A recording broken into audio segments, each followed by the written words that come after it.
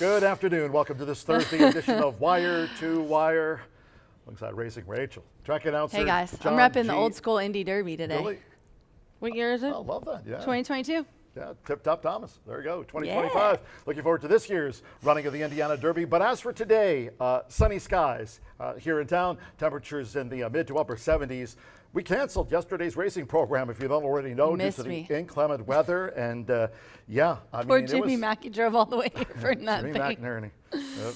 Tell me, I saw your post. It was just buckets on your window. What did you say? I mean, you've been here 10 years and I've never seen it. I've never seen it like that ever. It's been high, like up to the dirt, but it's never been passed into the lawn like that. Oh, main track fast and the turf course now a pond. But for the official race day forecast for racing for us here today at Horseshoe Indianapolis, the difference 24 hours makes Krista McEnany. Let's check in with the Weather Authority, Fox 59. Krista standing by to give us some good news today. Hey, Krista. Good afternoon. This will be a great day out at the track. We'll see plenty of sunshine on through the afternoon with high temperatures today into the lower 80s, turning less humid the later we get in the day. We'll keep a mix of sun and clouds around from the rest of the afternoon right on into the evening, where we continue to stay dry. Enjoy the race. Gentlemen, start your engines today at Horseshoe Indianapolis. By the way, a winner of over 4,000 career races right off the rip. Patrick Valenzuela now licensed to ride here in the Hoosier State, and P-Val teaming with the champion Gennady Dorochenko, who several years ago upset the Grade 2 Louisiana Derby with 109-1 Hero of Order, as you remember. You know what? I don't remember that, but I do remember I know Sunday Silence. But yes, very excited. He came upstairs. I forgot to tell you. So yeah, P-Val riding here now. Pretty excited about that. We'll have to catch up with him. I talked to him a little bit when he came upstairs on third floor last week, and he seems like a nice guy. Return to the Mac, is that right? Return to the Mac? Return to the Mac. I'm back. I've had a crazy busy week this week, but yes, I am back, and it's beautiful weather. There's supposed to be some hot weather coming forward, but I did want to catch up since I haven't been here and see what we have going on. Ramos had a couple doubles, so he's hot. No live racing here yesterday, as we mentioned, due to the inclement weather, but taking a look at the leader, Fernando de la Cruz again, going for titles back-to-back. He's got 15. Not quite as close. Woo! And of course, we got a long way to go as that finish in the Indy 500 last Sunday over the Memorial Day holiday weekend. But Marcelino Pedrosa Jr., he's eyeing his fourth title here at Horseshoe Indianapolis. He's got 14, so just one stroke back. And you got Alberto Burgos a couple of seasons ago winning the riding title here with 80 and then some wins. He's got 13 this meet. And Mitchell Murrell, he had a couple of winners here just the other day to get him to 13. And there's Joe Ramos, of course, another journeyman jockey here who has a title to his credit, and he's got a dozen, and there's your top 5. I honestly think Mitchell's going to have a really great year. He was here the first year last year, and more Indiana, you know, we're kind of a family around here, so the more you get to know everybody, the more mounts you get, and I think you can kind of tell that this year. Mitchell's definitely going to have a wonderful one. I'm going to make that prediction today. Yeah, and trainer side of things, you've got Randy Klopp vying for another title here in town, and right there, John Harron off to a good start. He's got a dozen wins, and Gennaro Garcia with 11. Bob Gorham also keep your eye. I know, that was last year. He got up to kind of a quick start last year, didn't he? Right there, Cipriano Contreras, of course, he brings those horses in ready to go, not only from Turfway Park, but watch those Sippy horses coming in. If you see OP, Oaklawn Park, they've already made an impact here at the meet early on. He's got 8. So. For sure. I need to compile some stats about that, but yeah, it's changed over the years. If you notice, like horses coming from Hawthorne were really hot one year. Horses coming from Fairgrounds were really hot. It kind of, I feel like, rotates a little bit between tracks. But yes, those are the names to write down for your handicapping today. Our card held together pretty well other than those grass races. Fast track, and again, 3 of them taken off the Caesars course for an all main track card. Let's take a look at new in 2026. It's the Horseshoe Indianapolis Gift Shop. We're waiting for the official name. Let's take a look at it. There.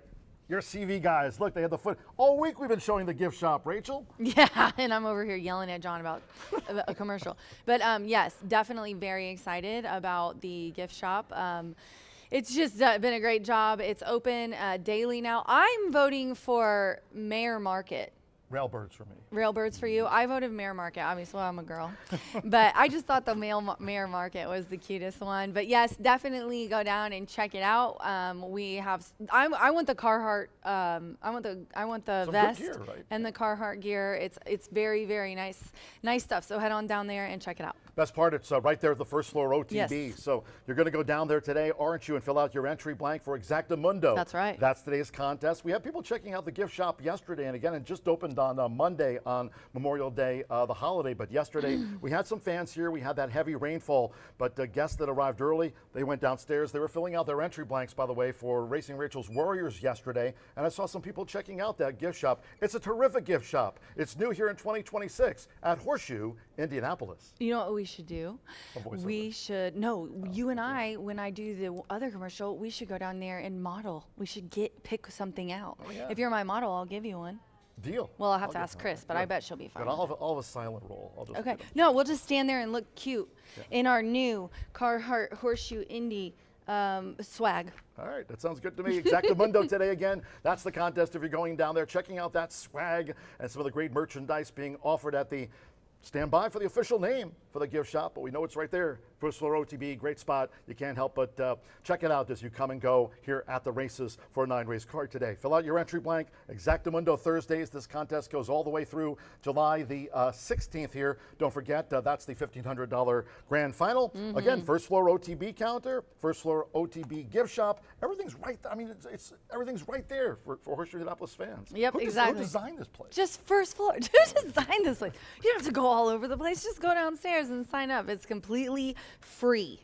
They're off. The race is over. You win. Quarter horse racing coming up here this coming Saturday. It's a start at 10:45 a.m. Harley Green final. Looking forward to that. CV Denali's there. Edgar Diaz, Claudia Barraza. When you talk about some of the leading quarter horse jockeys here this season, certainly Eduardo Luna Diaz, Danny Martinez, Edgar Diaz, all part of that conversation. Yeah. And CV Denali. It's the Harley Green Derby and also the Born Runner Classic on Saturday. Old quarter horse card, 10:45 a.m. I'll do the pre-race show. Yeah, we're really excited. Oh, you will? I was going to offer to do it for you. I did it last year quite a few times. Sausage biscuit. Yeah, sausage biscuit. Okay, I'll pay you back for that. There is definitely a really nice day this Saturday. It's also supposed to be really great weather. Did you see that now the extended forecast is dry and warm for the next, I think, week. But so let's just hope. And Saturday, a wonderful day. I do want to take a minute just to give a quick little shout out to Mr. Harley Green.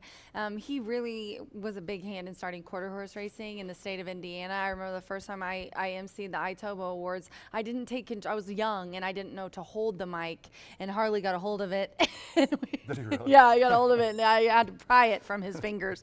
So, but just a wonderful guy. He could talk about quarter horse racing all the time, and he's not very well. He's in the hospital, so we'd like to wish Harley Green and his family well wishes. And Saturday we'll be thinking about him, so we're very excited for a wonderful card. And Miss Martha will be covering some of our races as well. Yeah, that's terrific. Great sentiment of all of us here at Horseshoe Indianapolis, Harley Green Derby. Thinking of Harley, and of course, as I mentioned, Born Runner Classic. That'll close out the 13-race card here. This coming Saturday, it's an all-quarter horse card 1 week from this Saturday. Hope you can join us here. Of course, no Triple Crown on the line. Golden Tempo winning the 152nd Kentucky Derby, and of course, Napoleon Solo taking out Preakness 151 at Laurel. Up to Saratoga they go for the Belmont Stakes, and of course, so looking forward to seeing Golden Tempo back in action. The card there at Saratoga, their Belmont Festival up at the spa. But we've got Empire of Hope. We'll be supporting thoroughbred retired racehorses coming here. And again, it's another 10:45 a.m. start. So this coming Saturday, all quarter horse card. A week from this Saturday, it's June the 6th, as we head into a new month of racing here, 10:45 a.m. start. There'll be a lot going on, including a $1,000 Horseshoe Legends handicapping contest. The food trucks will be parked out there on the apron. There'll be giveaways, racehorse aftercare booths, and of course, we always talk about the Parade of Champions. Some of those retired off-the-track thoroughbreds will be parading for all of our fans. And again, this will be at 10:45 a.m. on Saturday, so the first floor OTB will open early, and then fans can go to the Horseshoe Indianapolis gift shop, open now in 2026. I love you so much. We are going to have a wonderful time, and then we have Silks and Roses and everything coming up. But That's a later start. Silks and Roses later start. It is. I know. You're right. You're right. We've got some really good events coming up, you guys, and I can't wait. I'm going to be on Indie Style talking about it next week or the week after. So just a couple of really nice, fun events for a good cause, really. We raise money for thoroughbreds. We raise money for Indiana women in need. We raise money for the homeless veterans. I mean, we love to have you guys out and have fun. And then we also like to raise money for charity here at Horseshoe Indy. So please join us for those events. And we should probably wrap it up and send it to B, probably. Yeah, and really quick, special guest and his wife joining us here. They come back. Bobby Freeman, a longtime organist for the Diamondbacks in the Valley of the Sun. So Bobby came over and said hello for the show. Big fan of yours, I'm sure. Back, so yeah, that's cool. Great to have them back. Every time someone comes up to say hi, they really only want to talk to John, I swear. You should see the line. No, it's not true. By the way, just ask Don. Really quick, social media-wise, just want to hit this really quick. Again, thanks to all of our sponsors. But social media-wise, you can follow all of us on X. You can reach out to me at Jimmy McNerney, Racing Rachel at Racing Rachel M, Martha Clausen at Martha Clausen, Brian Aragoni standing by the look at the 50 Cent Early Pick 5 at Mr. B. Analyst and Track-wise, we got you covered on X, also on Instagram, and also on YouTube at Horseshoe Indianapolis Racing. All right, quick commercial break here on this Thursday edition of Wire to Wire. When the pre-race show returns, less of Racing Rachel and yours truly. It'll be the B block. Back with B right after this. Right after this. Thank you.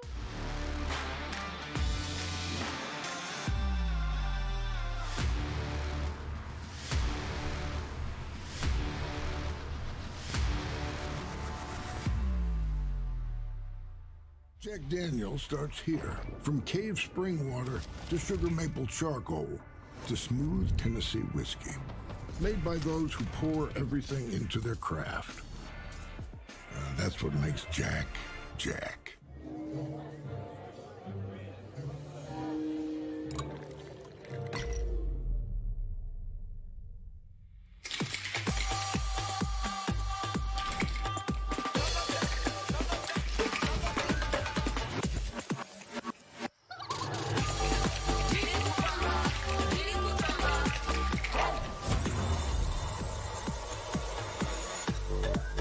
Tequila Herradura. Extraordinary awaits.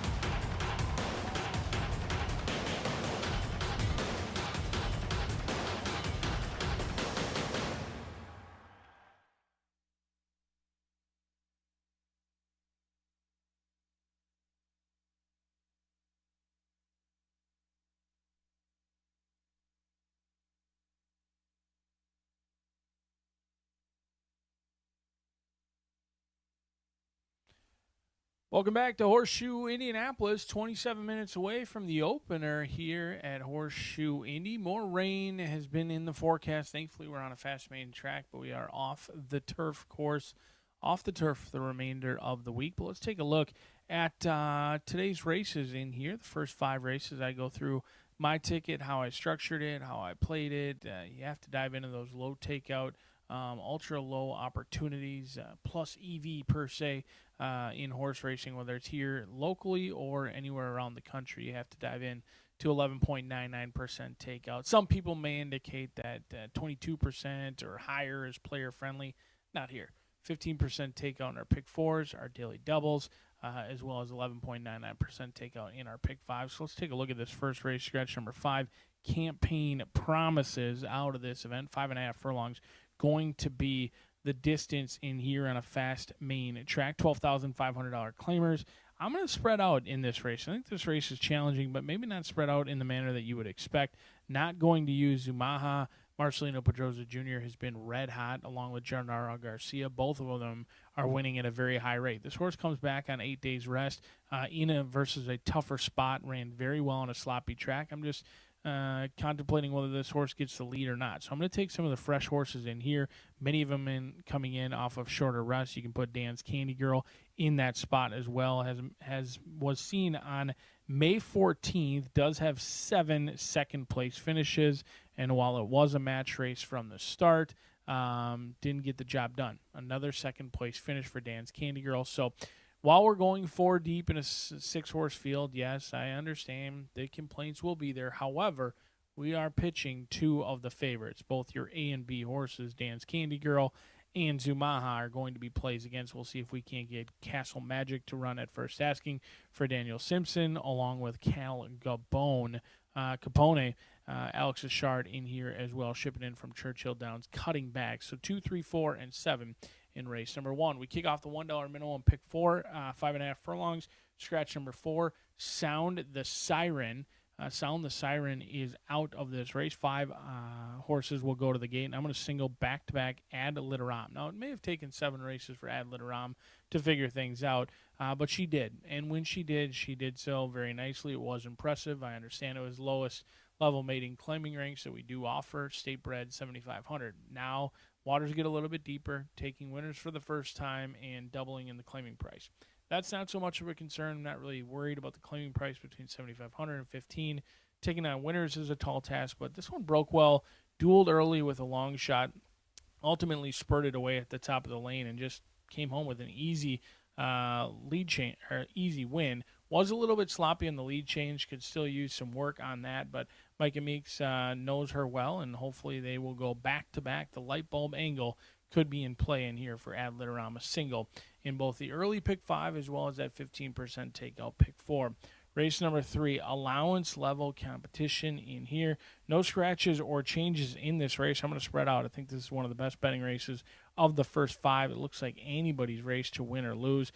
Cloudy Star is likely going to go off favorite in here for Thomas Medina. I don't blame you if you like that horse, but was beaten at 3-2 last time out. I was very impressed with Unbridled Divine's win back on April 15th. Has been well spaced since then, 6 weeks given off.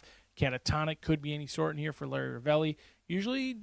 Typically he's brought in either Loveberry, or there's one other one that he usually brings in, but I did go back and look. Him and Rodney have had plenty of success together as well here at Horseshoe Indianapolis. They're 1-for-1 so far this year.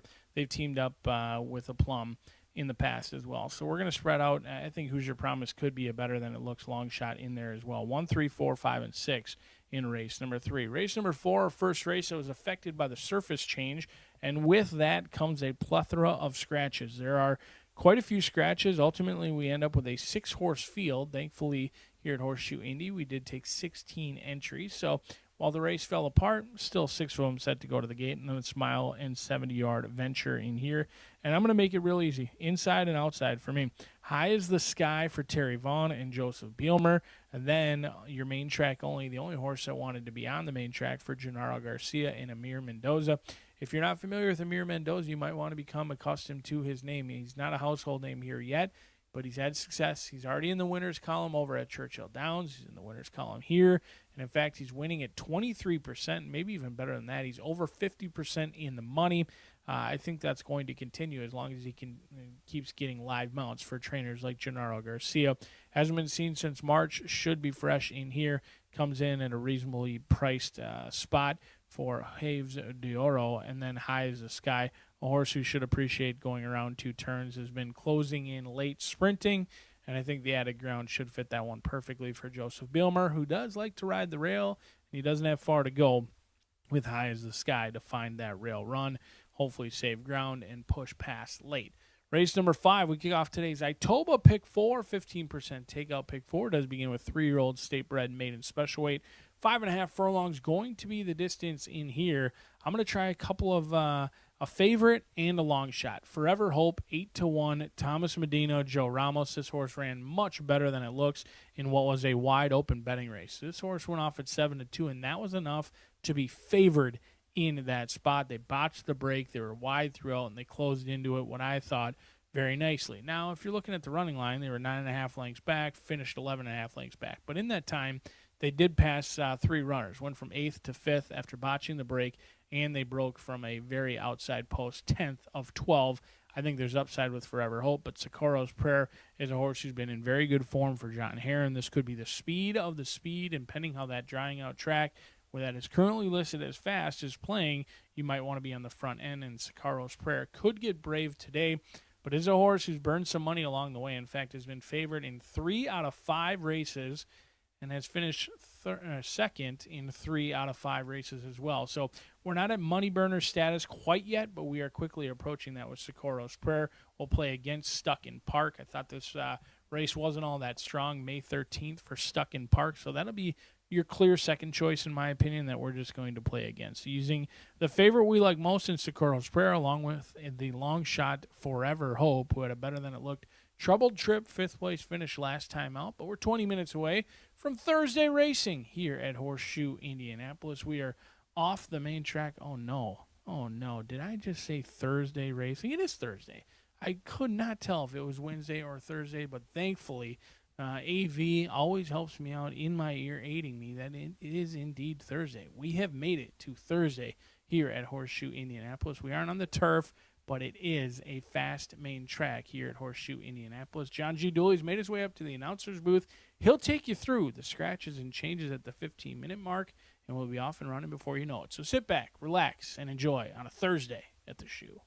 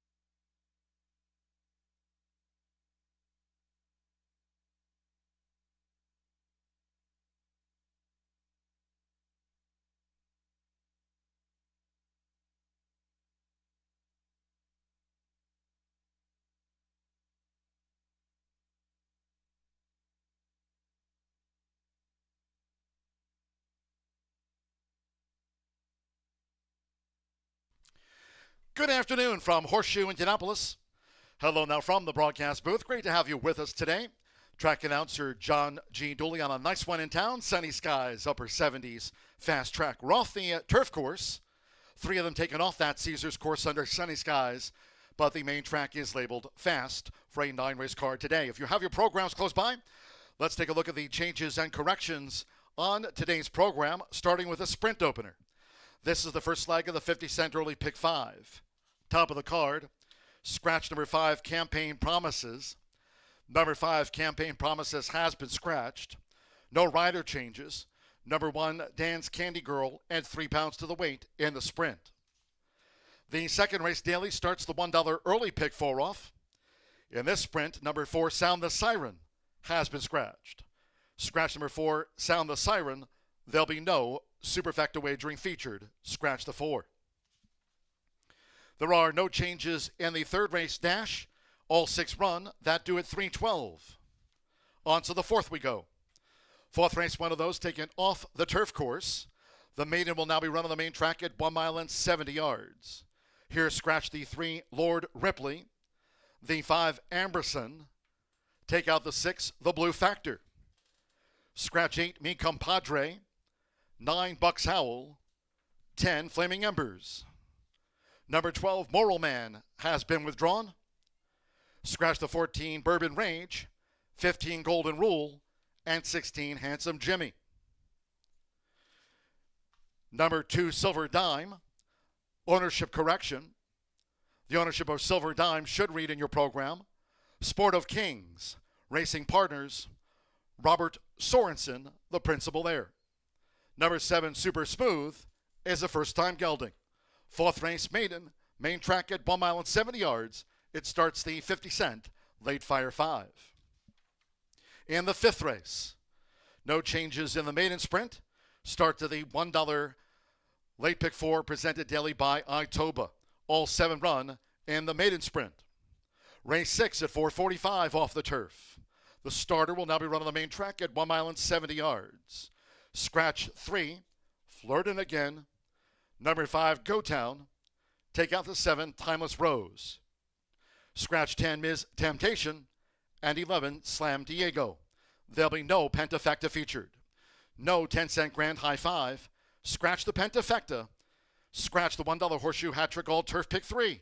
Scratch the 3, 5, 7, 10, and the number 11. In the 7th race, from the maiden juvenile filly sprint, scratch number 2, Little Mate. Number 2, Little Mate, has been scratched.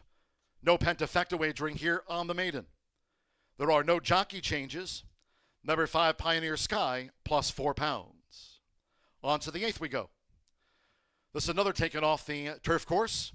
Main track card. 1 mile and 70 yards for the filly and mare feature of the day. Scratch 1, Annie Express. 3, Sweet Heat. And take out the 7, Sweet Jana Elise. Was withdrawn by Tony Granitz once taken off the turf. The main track only. Number 11, What About Now, will run. Race 8, What About Now, runs as an MTO for Tim Eggleston, the number 11. Scratch the 1, 3, and the number 7 from race 8 at 5:47. Now in the 9th, closing the card with a quarter-horse maiden juvenile dash over the 300 yards. Fast track right now, Tailwind at the top of the hour. Scratch number 3, Dashing for a Kiss. Take out 11, Eos Bodacious Boy. Scratch the 12, Coco Poppy, and 13, Nacho's Secret. Scratch 3, 11, 12 and the number 13. No rider changes. Overweights. The 2 first down draw plus 2. 5 Flying Beach plus 2. 6 Fabulous Freddy plus 7. And 9 The Warden. Add 6 pounds to the listed program weight. Makes it there now 130. Scratch the AEs 11, 12, and the number 13. There's a look at the card. Here are the horses in the walking ring for the sprint opener. Sunny Skies, all main track card. Off the turf, main track fast. We'll have the opener due off in just 9 minutes' time. Make it a great day with us here under Sunny Skies at Horseshoe Indianapolis.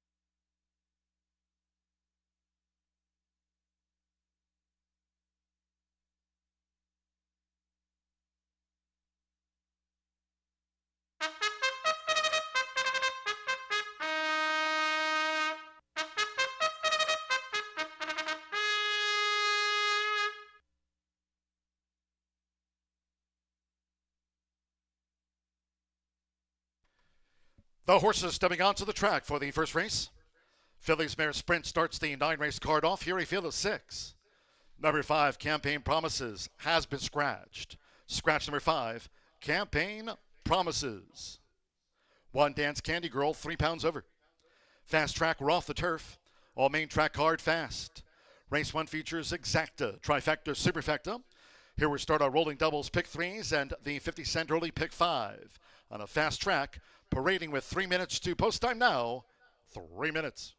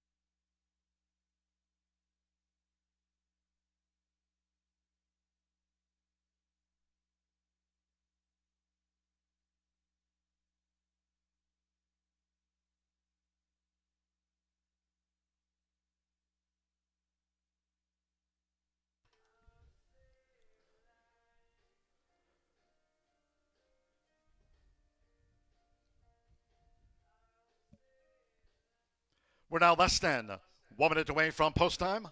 Phillies Mare Sprint starts the 50-cent early pick 5. Fast track.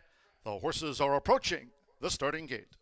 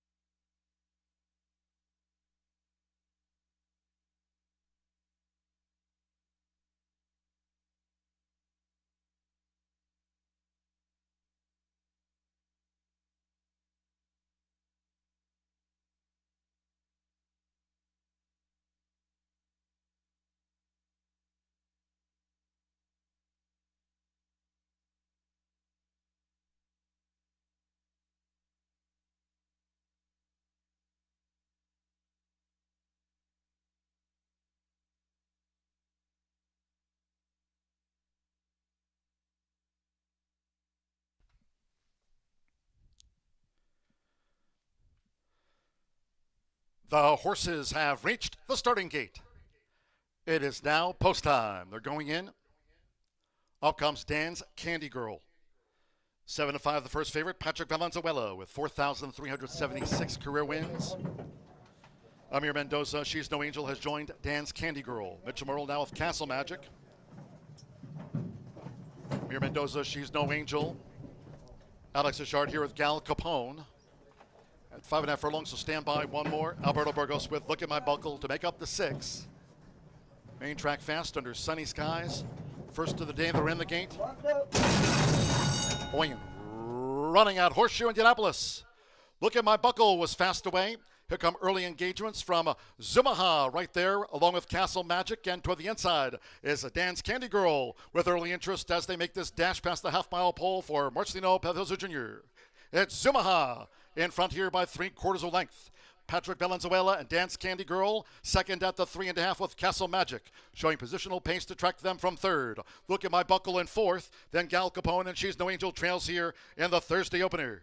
The quarter was 22.14 seconds. Zumaha leads them coming toward the quarter pole. From Dan's Candy Girl and Castle Magic in the 3-path. Look at My Buckle stacked 4 deep as these Phillies mares straight in for home. Gal Capone and She's No Angel, top of the stretch, coming down toward the final furlong. And Dan's Candy Girl is in between horses. Look at My Buckle with a hard charge now to take a short lead. Zumaha showed speed but has dropped back, and Gal Capone is coming with a long run down the center with Alberto Burgos. It's Look at My Buckle. Gal Capone still coming full on. Gal Capone on the outside. For Alex Achard, Gal Capone right at the finish. A photo finish with Look at My Buckle. Dan's Candy Girl third, and Castle Magic finished fourth.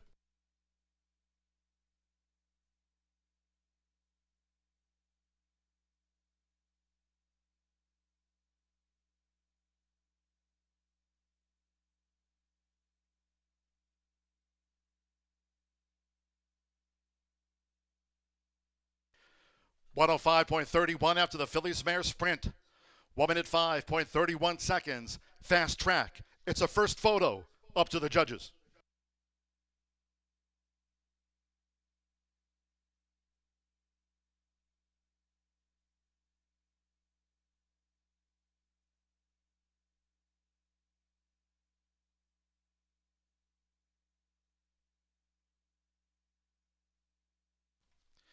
Three, 7, 1, 2. Number 3, the blue 3. Gal Capone, 10-1 first.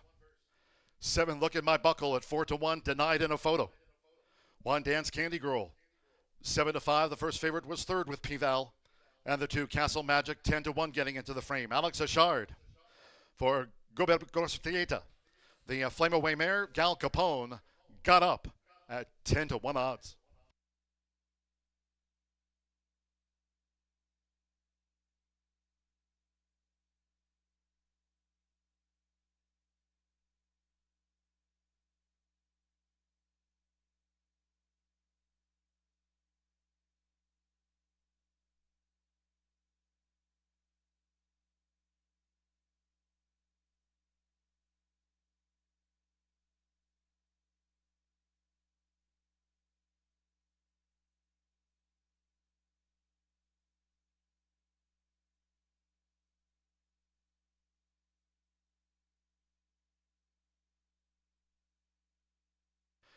The result of the first race is official.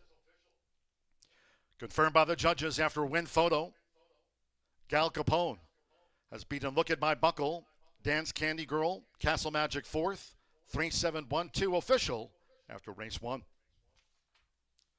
Returning to the Murphy Trailer Sales winner circle, number 3, Gal Capone with Alex Achard.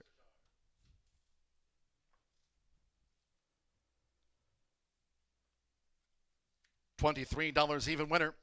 Gal Capone is a 5-year-old chestnut mare by Flame Away. The Curlin mare, Princess Rocket, Gobert Gorostieta trains for Paradise Stables LLC of Dale and Shelley Buskel. Horseshoe Indianapolis congratulates the winning connections of Gal Capone. Had that red rally cap on at 10-1. First results in. 3-7 exacta. $139 even, 50-cent trifecta, 3-7-1, $104.45. Castle Magic fourth in the Phillies Mares Sprint, 10-cent superfecta, 3-7-1-2, paid $65.65. Top of the card, the 5 was a non-starter. Favorite ran third. 6 started, fast track 105.31. Race 2 of 9 is 22 minutes away. In the next sprint, scratch the 4, sound the siren. There'll be no superfecta featured. Scratch the 4, sound the siren. No superfecta wagering. No jockey changes. 1 Jane Plain is a pound over. Exacta trifecta. Sprint starts another double pick 3 and the dollar early pick 4 on an all main track card fast. Post time will be at 2:41 in all cases. If you can, please do try to make your Horseshoe Indianapolis selections and wagers today early, and check out the gift shop. New in 2026 on the first floor. Gift shop open today. Coming up in a moment, our first race replay of the Phillies Mares Dash. Hope you had a bet. Gal Capone gunned them down.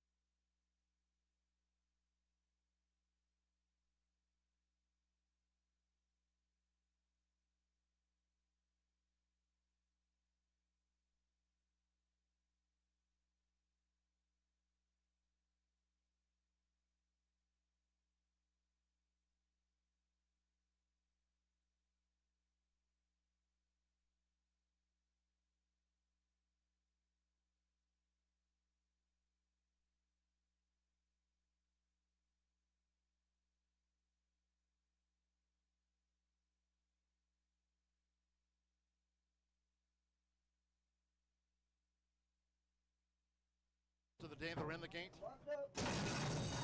Going running out Horseshoe Indianapolis. Look at My Buckle was fast away.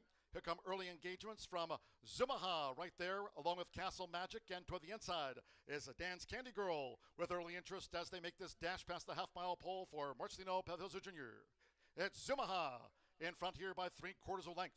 Patrick Valenzuela and Dance Candy Girl second at the 3.5 with Castle Magic, showing positional pace to track them from third. Look at My Buckle in fourth, then Gal Capone and She's No Angel trails here in the Thursday opener.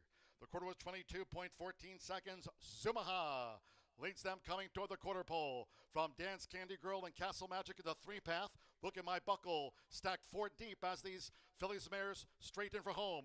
Gal Capone and She's No Angel top of the stretch, coming down toward the final furlong. And Dance Candy Girl is in between horses. Look at My Buckle with a hard charge now to take a short lead.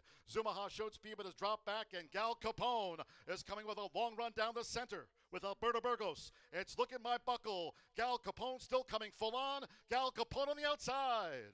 For Alex Achard, Gal Capone right at the finish. A photo finish with Look at My Buckle. To the day.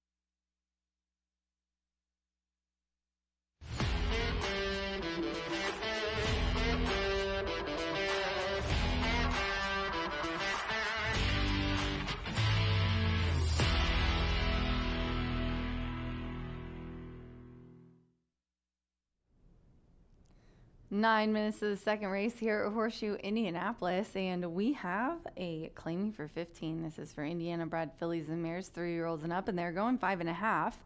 The 4 is out of here, and a nice group really going postward. The 6-5 favorite is the 5 Ad Litterman. Micah Meeks aboard for Randy Klopp. 4-year-old filly by Jimmy Creed. This one just broke the maiden by very many in that race, and I think that's why this one's a standout. Finally woke up there at 5.5 on the dirt on April 15th. Micah was up. I think that was her first win here in Indiana. It was the Butter's favorite, ended up winning by over 7 lengths in that race, as I said. Now, this horse has ran at 15 before. It was claimed at maiden, claiming for 15. Klopp knows what he's doing, obviously. He's our leading trainer here. Got a lot of horses, and that shows in the last race. First time with winners is a step up anyways. Claiming for 15, also a step up. So with that being said, I don't know if this horse should be even money, but I do think it's the one to beat. Gospel Music, the 2, is who I'm going to go with next at 9-2. This is another Randy Klopp trainee, so if I have it my way, it's going to be a Klopp 1-2 here. Fernando gets the mount on this one, so I'm pretty sure he gets first call over the apprentice jockey, and he chose Gospel Music. So this one, honestly, he's ridden Ad Litterman a couple of times, and he chose to ride this one, and he hasn't ridden her since 2023. But they did have success together. It was a win in a second. I always make note of that. I do believe that some horses, not maybe all, need to get along with their jockeys. And there's not like I'm saying anybody does anything different or whatever, but sometimes it's just how it is that they get along with horses better. Klopp, the reason why I love Randy so much is he knows which horses like women better. And he'll switch it up and put Hannah or whoever on there when he wants to try something different. So he's might be doing that with Micah, but he did, and she won. So I just proved my own. Randy just proved my point. But the 2 coming out of claiming for 8. This one's first out of 2026, but the numbers don't lie and does have a nice numbers, good early pace numbers. The 3, Love It or Leave It. I knew the 5 was going to get a lot of action. I didn't think even money, but I did put the 3 in, and I'm glad I see 8-1. It's the second shot on the board, not far behind the 9. Or behind the 1 who's 9-1. This is a 3-year-old filly who is trained and co-owned by Katie and Tony Duran. Jeremy P. Cobb's in there. He bred this filly, so I like this group. This is a nice one. We've got this one making its 4th lifetime start. Now, tried a couple times in the fall last year in October here. Did not like it, but she got in trouble in both times. And then the May 13th, she comes out on debut, and he puts her real soft in that maiden claiming for 7,500, and bam, won. So kind of similar situation for the 3 and the 5. This is also, like I said, it's the same situation. This is a step up for a horse in class with first time with winners, and it is a step up as well. So I honestly think that this horse has a really good shot to hit the board. 5-2-3 as the jockeys have got the leg up, and horses are headed to the track for the second race here at Horseshoe Indianapolis. Good luck.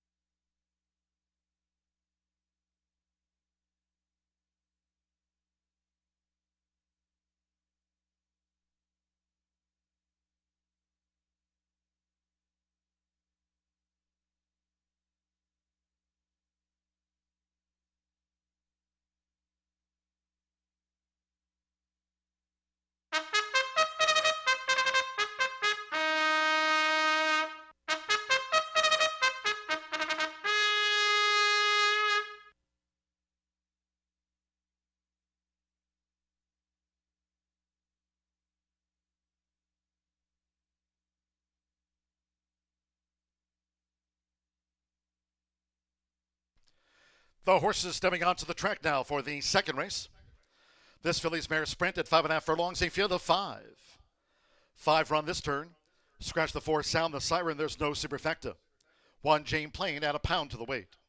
The 4's the non-runner, exacta trifecta. Once again, scratch the superfecta. Distaff Dash starts another rolling double. 50-cent pick 3. Start to the $1 early pick 4 on an all main track card fast. 3 minutes. 2 post time.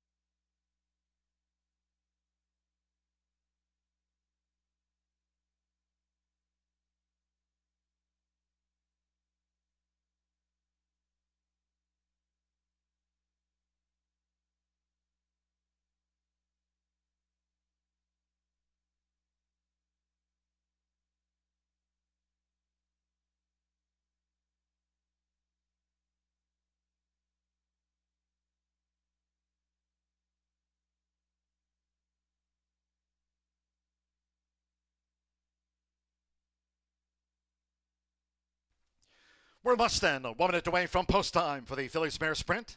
Start to the $1 early pick 4 fast track. Less than a minute.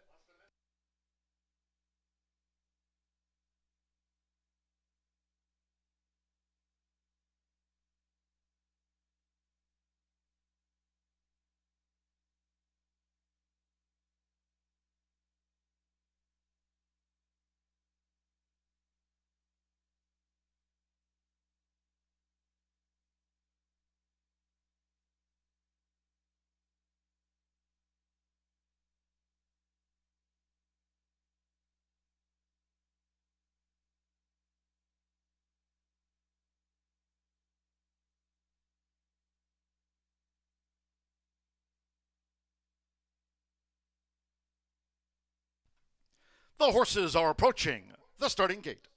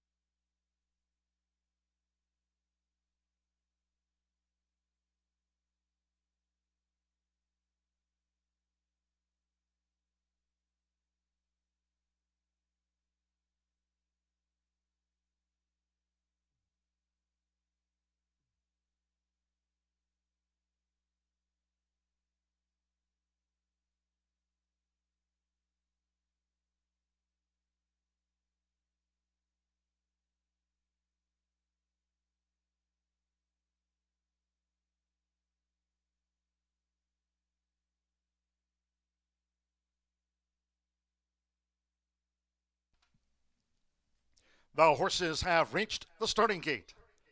It is now post time. Loading in front of starter Oscar Quiroz. Joseph Romero with Jane Plain. Now Fernando Letta Cruz. Gospel music coming up. Gospel music is joined Jane Plain. Sando Sanjor with Love It or Leave It. Two back. At 5.5 furlongs, Micah Meeks with And Literam. Like gospel music, both here for Randy Klopp.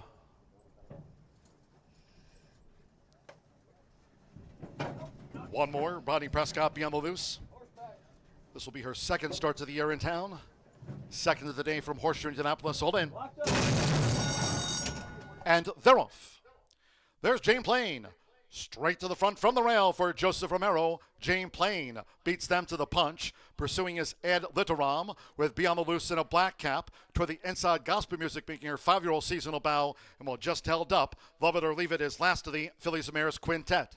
They went past the half-mile pole and Jane Plain spearheads them. Jane Plain in front by 2 to Ed Literam, joined by Be on the Loose. The trailers, gospel music, and Love It or Leave It last to the 5. The quarter was 22.22 as they round the far turn, and Jane Plain's a 10-1 target and takes a 3-length lead past the quarter pole from Ed Literam with Be on the Loose. Toward the inside is gospel music with her bid and pulled wide, Love It or Leave It in the purple cap. Top of the lane for Jane Plain. Jane Plain staring at one more furlong. Has a 5-length buffer zone over Ed Literam. Gospel music toward the rails into third. Be on the Loose and Love It or Leave It. They come past the 16th with Joseph Romero. Jane Plain is close to home. Jane Plain. Jane Plain gate to wire by 5 from Ed Literam. Be on the Loose. Finish third.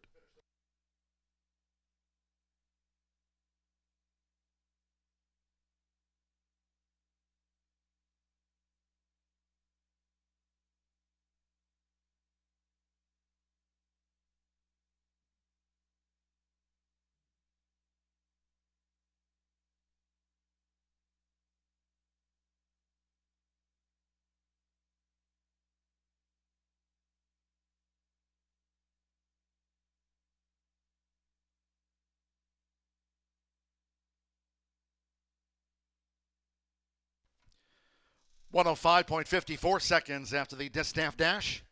105.54. 1-5-6-2 the order. 1. Jane Plain at 10-1 first. Number 5, Ad Literam. 3-5. The odds-on favorite was the runner-up to Jane Plain. 6, Be on the Loose, 2-1 third. To Gospel Music, that was her first run of the year, and Love It or Leave It trailed them throughout. 1-5-6-2 in the 3 is Joseph Romero. Here for Tracy Wisner, Santiva Mare, Jane Plain. She was 10-1.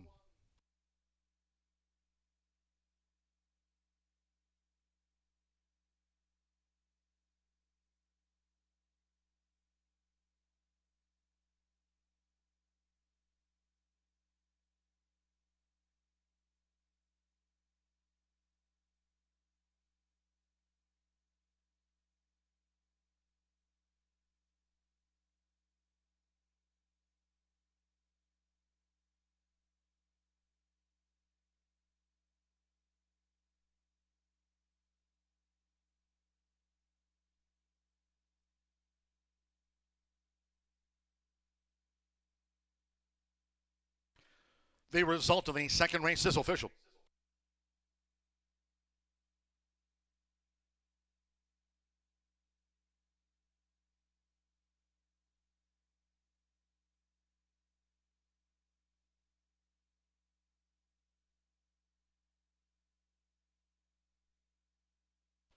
Returning to the Murphy Trailer Sales Winner's Circle, the 1, Jane Plain with Joseph Romero.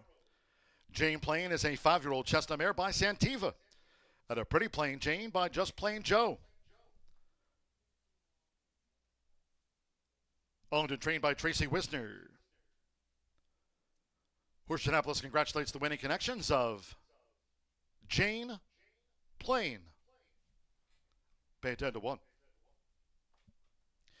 1-5 exacta, $55.20. 50-cent trifecta, Be on the Loose was third. $36.85. 3-1 the opening double. Combining Gal Capone with Jane Plain. Both were 10-1s. The $2 early double paid $358.40. There was no superfecta featured. The 4 was a non-starter. 5 ran. 105.54 seconds, fast track. Race 3 is next on the docket. A featured sprint. All 6 run, no changes in the next. Exacta, trifecta, superfecta, double pick 3. Post time will be in 22 minutes at 3:12. Just as a reminder, there'll be no live racing here at Horseshoe Indianapolis tomorrow, Friday, a scheduled dark day. All quarter horse card on Saturday, the first of 6 quarter horse Saturday cards, kicking off on Saturday at 10:45 a.m. Featured races, the Harley Green Derby and the Born Runner Classic. Hope you can join us for the first of our 6 morning all quarter horse cards. That's this Saturday from 10:45 a.m. Also, if you're joining us here on track, new in 2026, we've just opened up on the first floor the gift shop for all of our racing fans here at Horseshoe Indianapolis. Check out the merchandise. The first floor gift shop, open now.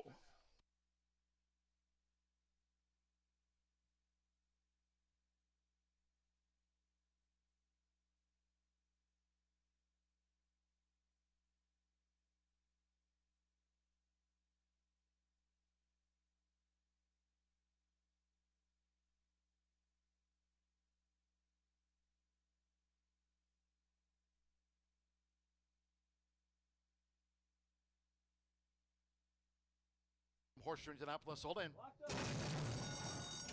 And they're off. There's Jane Plain.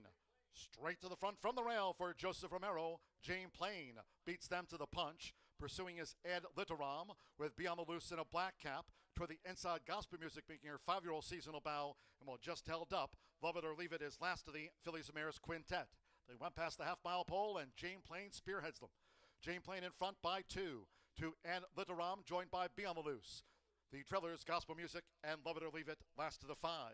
The quarter was 22.22 as they round the far turn, and Jane Plain's a 10-1 target and takes a 3-length lead past the quarter pole from Ed Litteram with Be on the Loose. Toward the inside is Gospel Music with her bid, and pulled wide, Love It or Leave It in the purple cap. Top of the lane for Jane Plain. Jane Plain staring at one more furlong, has a 5-length buffer zone over Ed Litteram.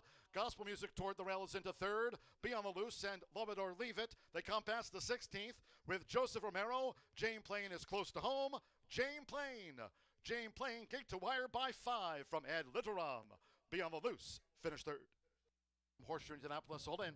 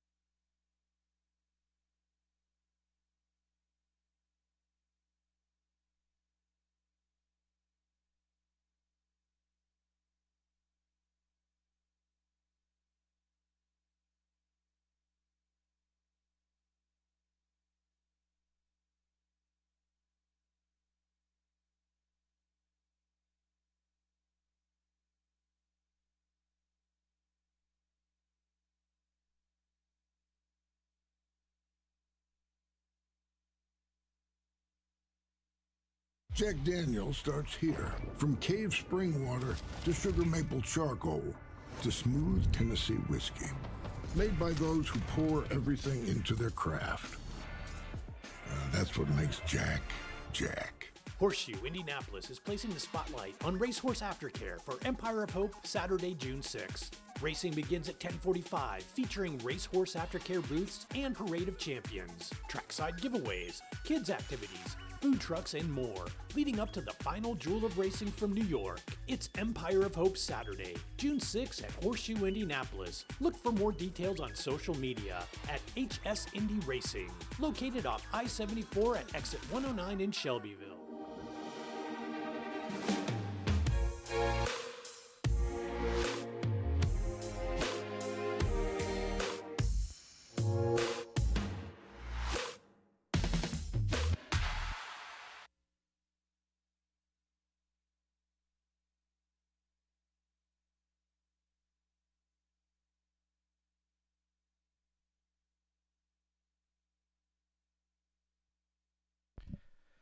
Ladies and gentlemen, just for information, we do have a jockey change to announce the first time in the fourth race. That one taken off the turf course. The fourth race will be run, the maiden, at 1 mile and 70 yards. Main track fast in the fourth, number 4, rounding third. A jockey change made to Marcelino Pedrosa Jr. Announcing this jockey change for the first time again, and it's in the fourth race. Due at 3:43. Number 4, rounding third. The jockey will now be Marcelino Pedrosa Jr. in the maiden.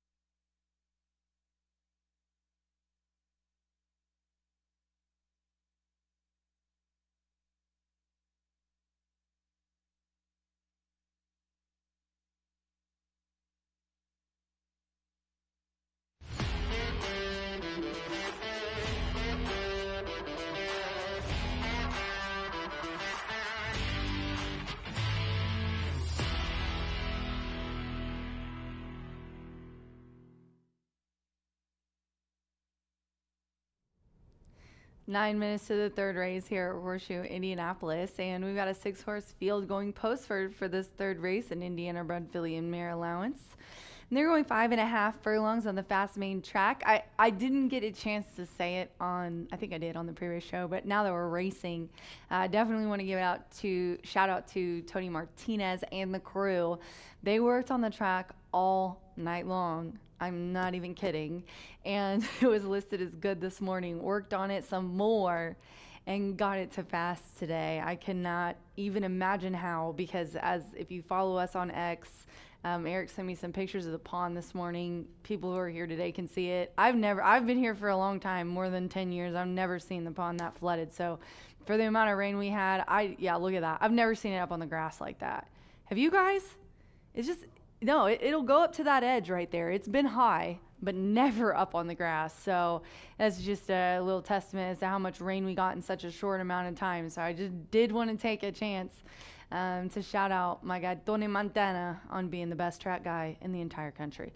The third race, number 3, is who I'm going to go with. As you guys know, we've partnered with DRF for AI Allen and for some other graphics. They are amazing. And I will tell you, I've always loved DRF. I'm more of a DRF, and I'm a BrizNet first, but I use a bunch of different tools. I'm starting to be in love with Timeform US. It's just the Timeform numbers and stuff are just really, really good, especially their spotlight number, which it takes a lot of things into consideration. On 3 on her toes right now looks good, but Catatonic is who I'm going to go with. And giving you that, this one does have the top spotlight number of 95. Takes a lot of factors into consideration, not just speed, but class and past performance, a lot of things. The early pace figures also. I like the overall BrizNet speed figures, but for early pace, I think the DRF Timeform numbers are so spot on. And this one has the highest number of 103, which means I think she can take control really early on here. Rodney Prescott is aboard for Larry Ravelli. Always take note when Larry Ravelli comes in. I mean, look, out of the handfuls he's got, he's 25%, 50%. His horses are just well meant when he brings them down here. This horse won in an allowance on the slop on November 11th last year, and then he took her to Turfway, and she got off to a good start, and then she was like, "Nah, I'm done." That was a tough race, honestly. Numbers were pretty quick. They went 21. I guess it was pretty quick on November 11th too, but I just don't think I think she needed, maybe a little bit of time, honestly. And I think she's going to come back fresh, you guys. She looked good. She looked like she was on her toes, and she has that good early speed and a nice spotlight rating. So that's what I like about the 3. The 5, 9-2, Cloudy Star, Sammy Bermudez is up for Tom Medina. Now, this 4-year-old filly is by Cloud Computing, and she ran last year in 2025 4 times, resulted in 3 of those being a top 3 finish. I like that. 2 wins. She did have a win to end her 2025, but I will make note, they did end it in July 5th. They started her in April. She had a first, a third, and a first, and then they didn't run her for the rest of the year. Not really sure why. Whatever it was, I'm sure that Tom has got it worked out. And she came out on debut on the slop and almost won. She got second by less than a length, so he did get it worked out. I think she's going to run really well today. And then she also has an early pace number of 105. Though jockeys are legging up, but as we could see, that gray 4 is coming around. This is a 6-year-old mare by Unbridled Spring. This horse has been running in starters and actually coming off a win on April 15th by 3rd. I'm going to throw that one in 3-1 on the tote board as it just passes. Looks good, looks fit, and also on its toes. 3-5-4 for me here in the 3rd race. Good luck.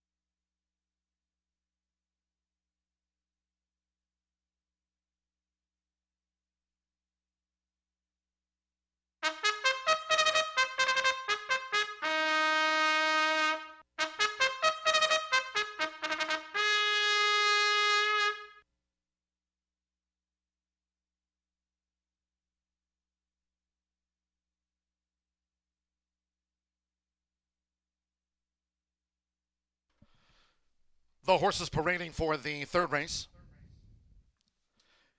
It's a sprint feature on the card. Here all 6 run. No changes in the fillies mares. Exacta, trifecta, superfecta. Double pick 3. Post time will be in 3 minutes time.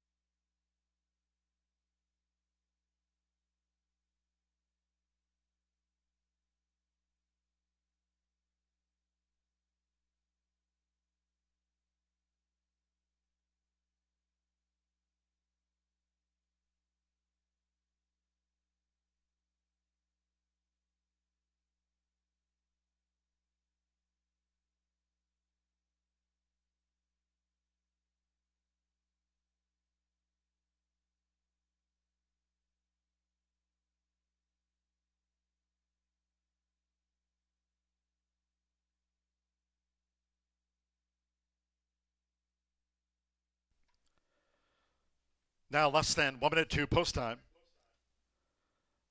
The Phillies Mares Sprint feature. The horses are approaching the starting gate. Fast track.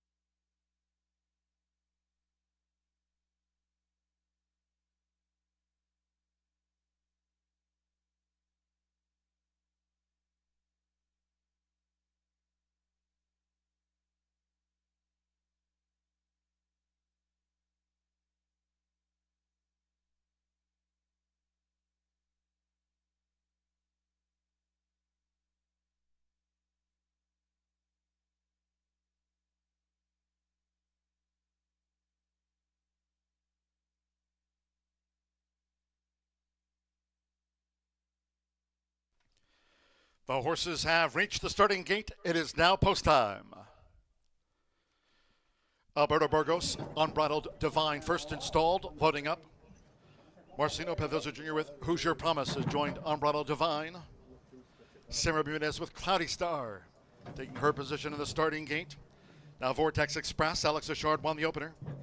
10-1 Gal Capone and 10-1 Jane Plain, our first two sprint winners, now two back.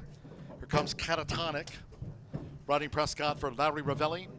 Catatonic went in well at 5.5 furlongs. One more.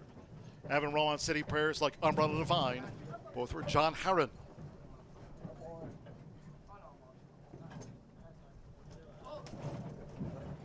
They're in the gate.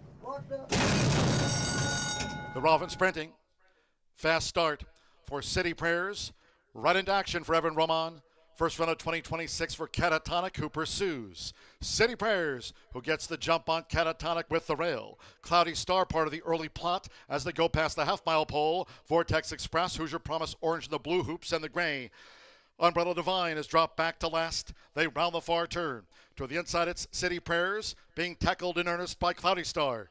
22.36 for the lead part. Catatonic tracks them, but now with inside. 3 furlongs to go. And Cloudy Star is the overall leader as these distaffers come past the quarter pole. And then Hoosier Promise up the rail from Vortex Express and wide. Umbrella Divine is last. Heads are turned for home. It's Cloudy Star. For Simmer Bermudez, Cloudy Star, and toward the inside is City Prayers, who battles gamely. Nearest the inside, City Prayers has retaken the lead from Cloudy Star as they come past the 16th, and Catatonic's been left back in third. Umbrella Divine into fourth. It's City Prayers for Evan Roman. City Prayers won by 2.5 from Cloudy Star. And Catatonic just edged out Umbrella Divine for third.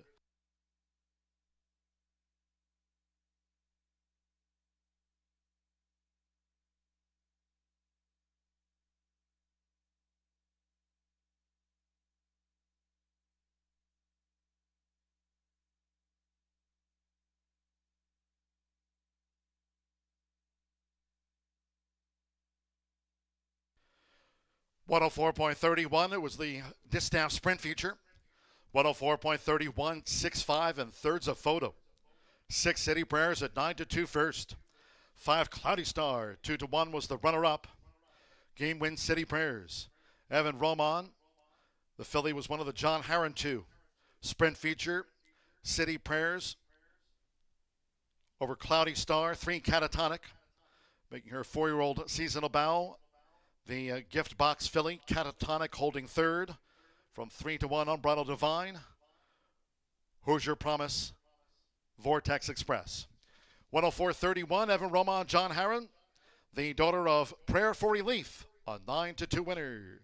10-1, 10-1, 9-2 on the first 3 winners today.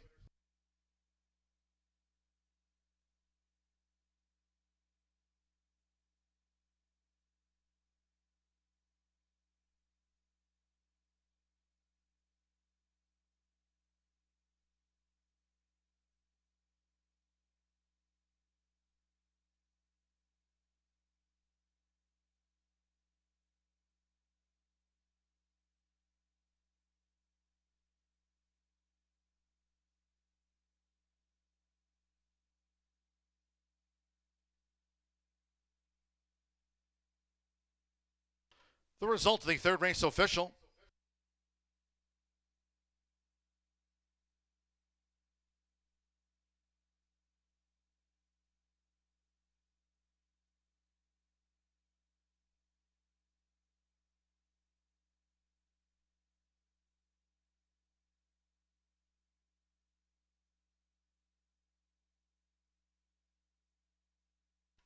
And the Murphy Trailer Sales winner circle, the 6. City Prayers with Evan Roman. City Prayers is a 4-year-old dark gray brown filly by Prayer for Relief out of City Seduction by City Weekend. The now 5-time winner for Heron Thoroughbreds LLC of John Heron. Horseshoe Indianapolis congratulates the winning connections. City Prayers takes out the Distaff Dash feature.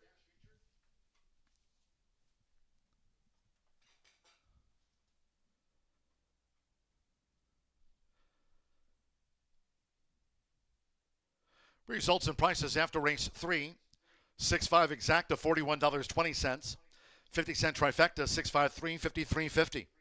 1-6 double and even $230. City Prayers capped off a 50-cent pick 3. 3 with the 1 with the 6, $465.60. Umbrella Divine was 4th. The 10-cent superfecta, 6-5-3-4, returned $20 and a wheat penny. 6 started. 104.31, 22 minutes away from the next. 4th race maiden, one of those taken off the turf course. All main track hard, fast under sunny skies. Scratch, the 3 Lord Ripley, 5 Amberson, 6 The Blue Factor. Take out the 8 Me Compadre, 9 Bucks Owl, scratch 10 Flaming Embers. Scratch 12 Moral Man, 14 Bourbon Rage, 15 Golden Rule, and 16 Handsome Ginny. The maiden will be run at 1 mile and 70 yards. Fast, scratch the 3-5, 6-8, 9-10, 12-14, 15, and Handsome Jimmy the 16. 2 Silver Dime, the ownership, Sport of Kings Racing Partners of Robert Berenson. Ownership and record for the 2 Silver Dime. There was that late jockey change for the number 4, rounding third to Marcelino Pedrosa Jr. Marcelino Pedrosa Jr. rides the 4, rounding third. And 7 Super Smooth is reported as a first-time gelding. FTG, the designation there. First-time gelding for the 7 race maiden, the 7 Super Smooth. Exacta, trifecta, superfecta. Double, pick 3. This starts the 50-cent late pick 5. Off the turf, there'll be no $1 horseshoe hat trick, all turf pick 3 featured today. Fast track for the maiden and post time will be at 3:43.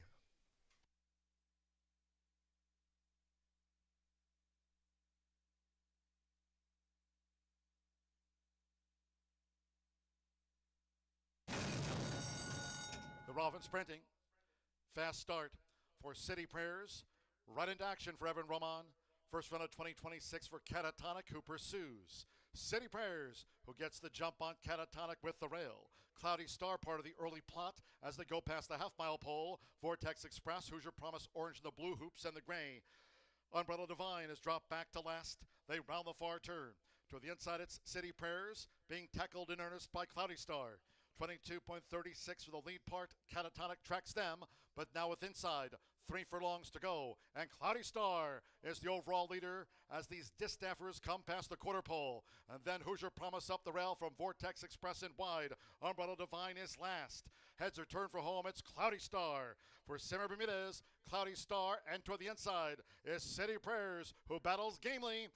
Nearest the inside, City Prayers has retaken the lead from Cloudy Star as they come past the 16th, and Catatonic's been left back in third. Umbrella Divine into fourth. It's City Prayers for Evan Roman. City Prayers won by 2.5 from Cloudy Star. And Catatonic just edged out Umbrella. They're in the gate.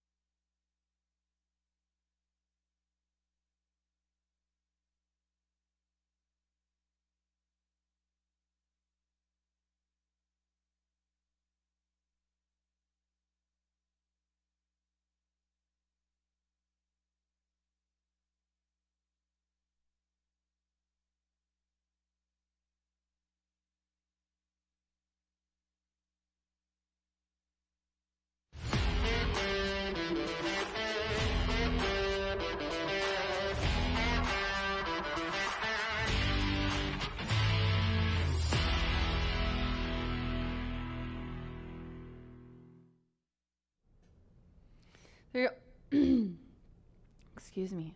3-year-old nut maiden claiming for 12.5. This is going to be contested at 1.70 miles on the fast main track. It was slated for turf. We got some scratches, and a 6-horse field is left. Favorite right now, 5-2 is a 13. When I set my picks, I did not know the 13 was going to be in today. So, Huevos de Oro, Huevos. The 2, Silver Dime, is who I'm going to go with on top. It's 3-1 right now on the tote board. Ramos is aboard for Corey Anderson. This is a 3-year-old colt by Silver State, and it's making its 3rd lifetime start. Debuted on April 10th at Keeneland in a maiden claiming for 20. That was on the grass at 7 furlongs. Only beat 1 horse. Then we go to Churchill, and we went to a mile there was the distance. Kind of got a little wide at Churchill on April 30th, but it was a drop down in class and looked like could be a winner. And then kind of came around the final turn and fell off a little bit. I think that this horse is going to find it easier today. I mean, look at that race. It was a full 12-horse field. Now you got 6. And I don't think we've seen the best of the numbers, obviously, for this one. The 4, rounding 3rd and heading for home at 4-1. No, it's just rounding 3rd. Gets Marcelino Pedrosa in the irons here today for Mr. John Langemeyer. Had a good year last year, and I think John's going to have a good year this year. 5 starts, nothing in the money. Okay, but this horse has been at Turfway on the Poly. I don't think this horse likes Poly. Tried the dirt at Keeneland in a maiden claiming for 20, and definitely kind of had to be taken up, studied. It looked like I don't know what the start was. It was kind of a cluster. He kind of made a bid and then just was outrun. Beat 1 horse. Now, I do think that this horse has had some numbers before. I mean, I'm seeing a 74. I'm seeing a 68. Numbers-wise has flashed a little speed, and I don't think we've seen the best of this one either, but the class relief is key for me here. This horse has never been in this low. It's been in main special weights for 100, and look, they've just dropped consistently. They tried at 100, they tried at 50, they tried 30 and 20, and now we're here in Indy at 12.5, so let's see what he can do, but I definitely think this one is going to have to be in the trifecta. Let's round it out with the 11. Now I might have mixed this up, obviously, if I had known the 13 was going to run, but Drogon is my horse that I'm going to put in for my try at 9-2 right now on the tote board. Hiding from me. Chili, get him out of there. I'm just kidding. Michelle Elliott trains, Kevin Gregory and Mark Smith own. This is a 4-year-old gelding.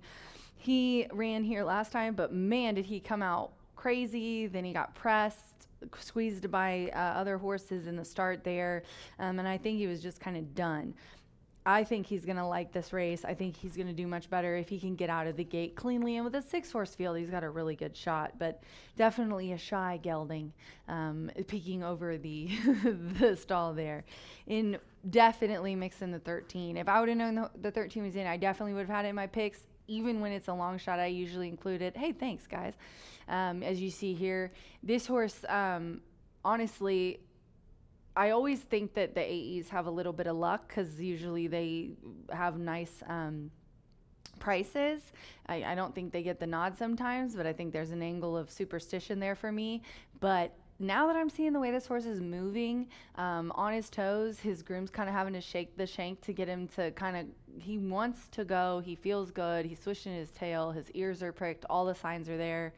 So I'd say this on Fox Sports all the time. I wish that I could just handicap these races for you guys at the time of the race and see how they look and how they feel. But that's not the case. Off looks right now, I'm going to say 13 all day.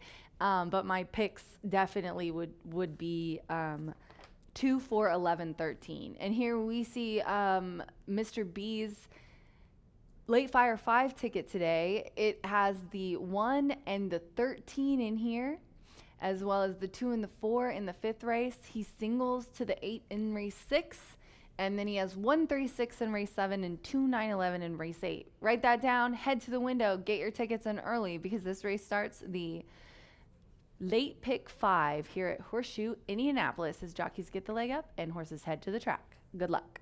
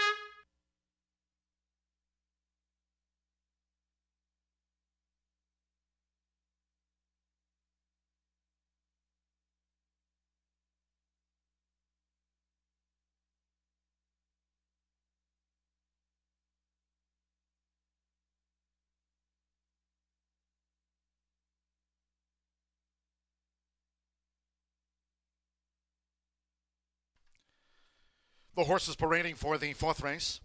This one of 3 taken off the turf course. Main track fast under sunny skies. The maiden here at 1 mile and 70 yards. Scratch 3, Lord Ripley. 5, Amberson. 6, The Blue Factor. 8, Mi Compadre. 9, Bucks Howl. 10, Flaming Embers. Take out the 12, Moral Man. Scratch 14, Bourbon Rage. 15, Golden Rule. And 16, Handsome Jimmy. For rounding third, the jockey Marcelino Pedroza Jr. is on the number 4, rounding third. 2, Silver Dime, the ownership. Sport of Kings Racing Partners, Robert Berenson. 7, Super Smooth is a reported first-time gelding. Fast Track, Exacta Trifecta Superfecta, Double Pick 3. Here are the starts of the 50-cent Late Fire 5. There's no $1 Horseshoe Hat Trick All Turf Pick 3. Fast Track, 2 minutes, 2 post time.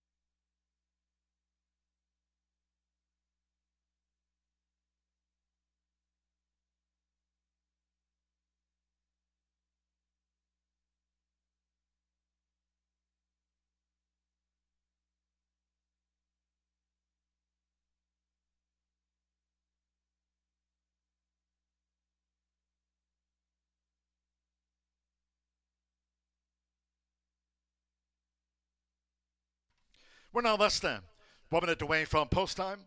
Start here the 50-cent late fire 5. All main track hard, main track fast. The horses are approaching the starting gate. Maidens going down to the 1 mile 70-yard main track start.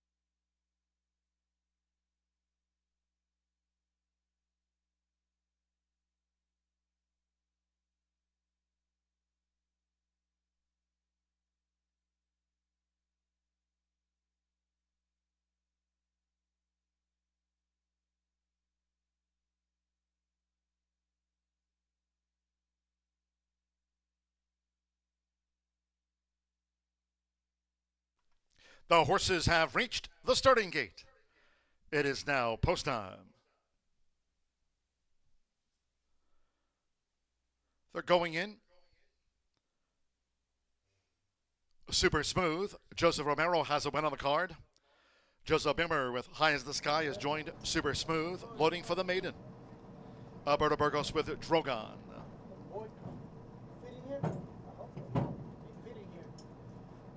Joe Ramos partners Silver Dime.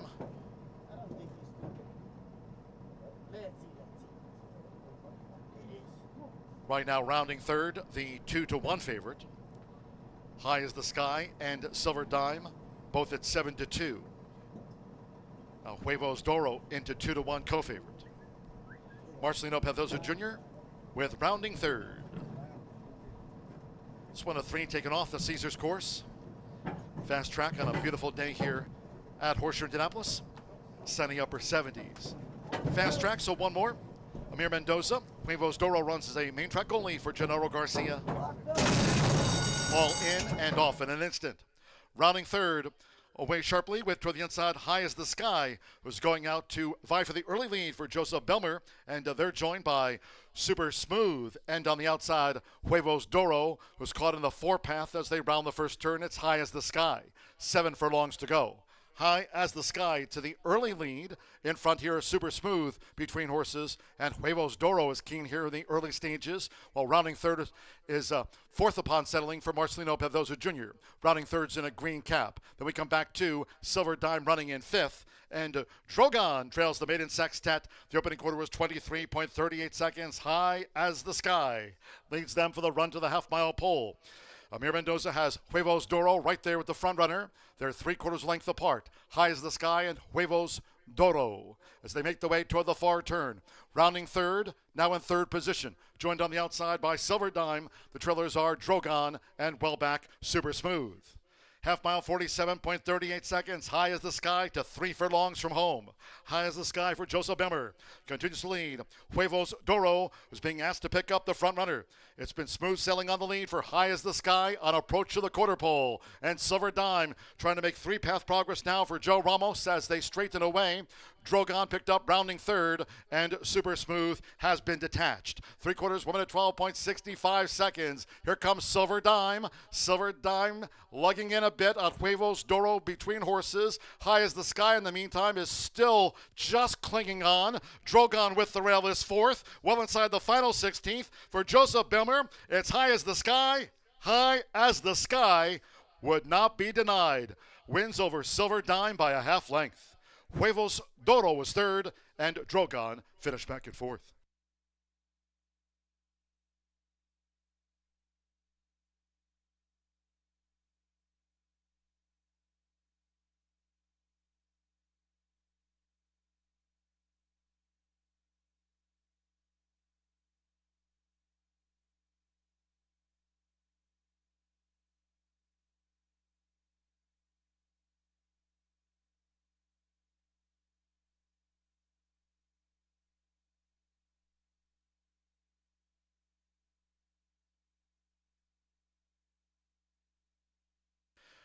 144.43 after the maiden.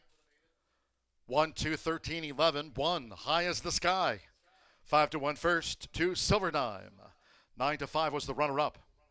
The 13, Huevos Doro. 9 to 5, co-favorite was third.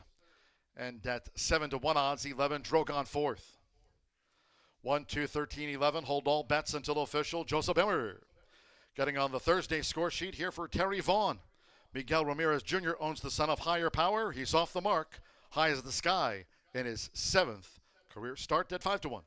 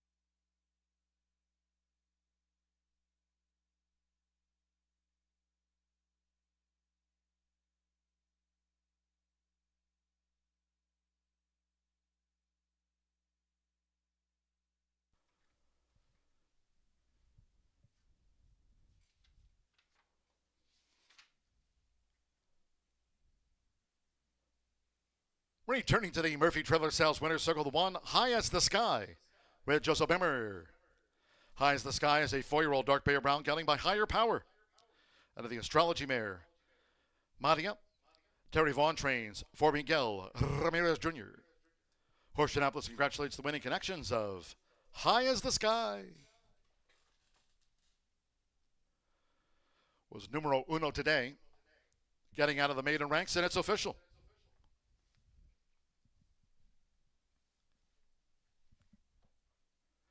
One, 2 exacta, $36 even. 50-cent trifecta. 1, 2, 13 paid $23.85. 6-1 double for $57.80. Drogon fourth. The 10-cent superfecta, $9.95. High as the Sky capped off a 50-cent pick 3. 1 with a 6 with a 1. Returned $269.20. 6 ran 144.43 fast track. 5th race is a maiden 3-year-old sprint all 7 run. No changes in the 5th of 9. Exacta trifecta superfecta. Double pick 3 and start to the $1 late pick 4. Presented daily by the Indiana Thoroughbred Owners and Breeders Association. Post time will be at 4:14.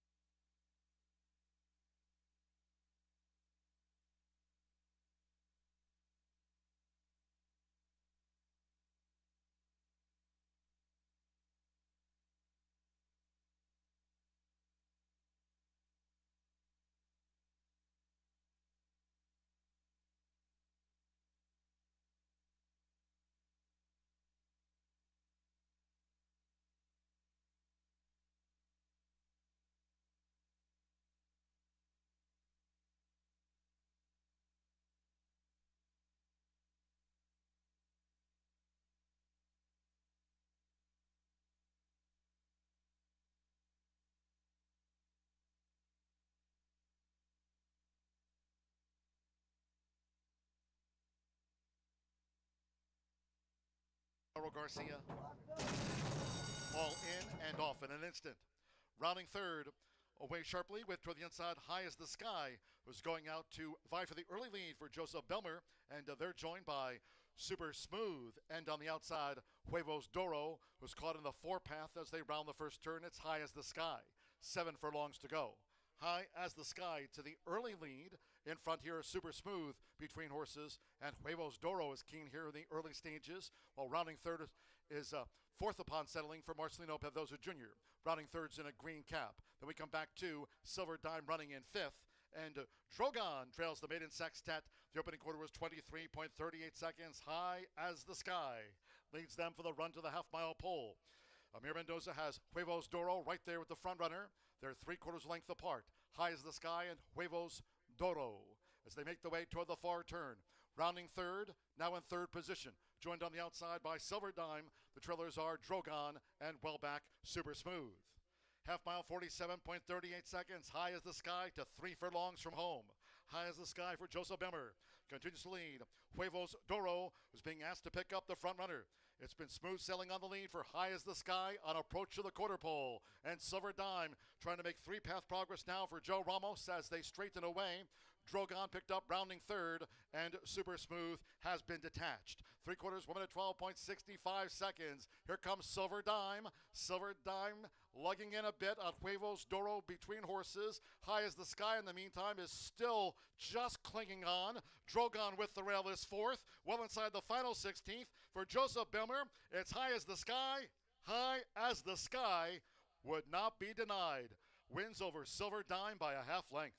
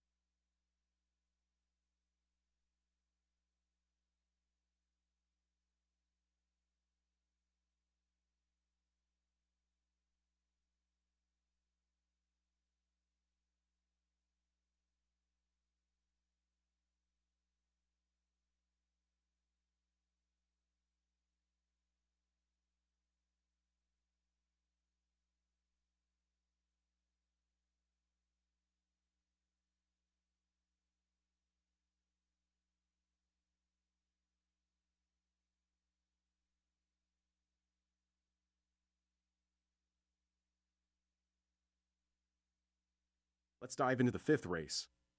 With the track condition now upgraded to fast, it might favor horses with strong early speed even more.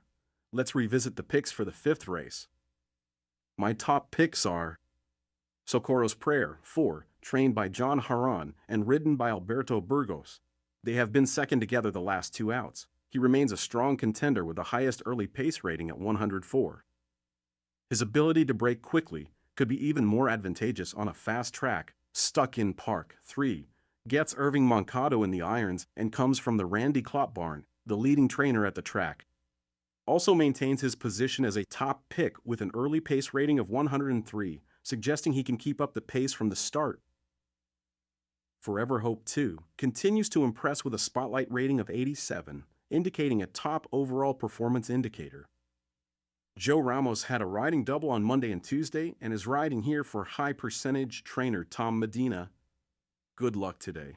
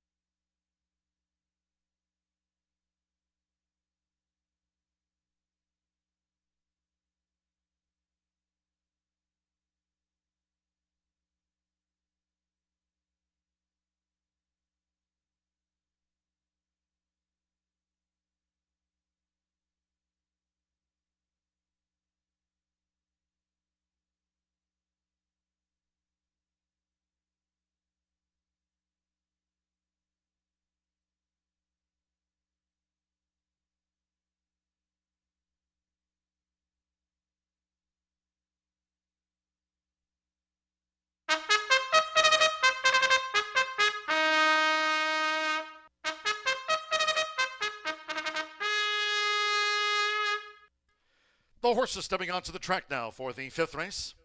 Maiden 3-year-old sprint here at 5.5 furlongs with a field of 7. All 7 run, no changes. Exacta, trifecta, superfecta, double pick 3.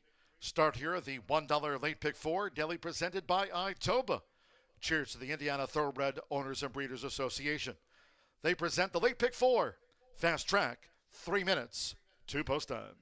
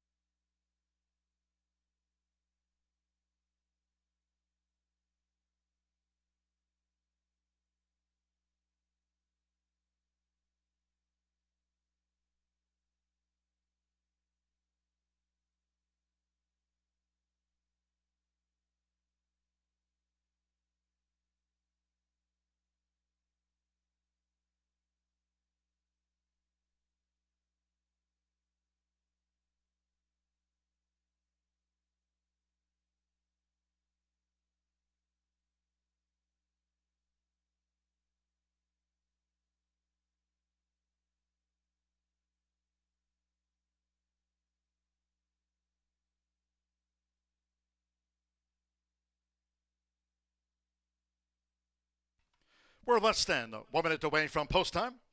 Maiden 3-year-old sprint starts the $1 late pick 4 presented by Itoba. It's an all main track card. Main track fast under sunny skies. The horses are approaching the starting gate.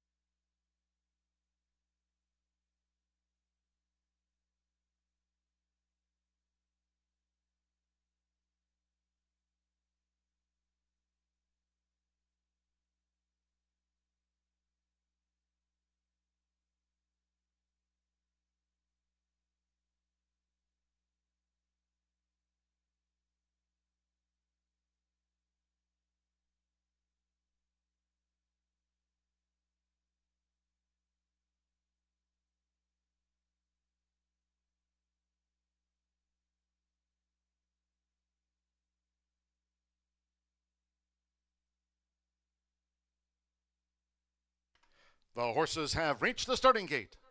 It is now post time. They're going in. Samuel Bermudez with Olmo.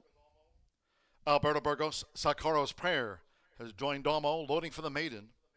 Joe Ramos with Forever Hope to post 2. Here, all 7 run. 5.5 furlongs. Now Santo Sanjor. Which side are you on? Irving Moncada here, Stuck in Park. Twice started, Stuck in Park. Rodney Prescott. El Numero Uno.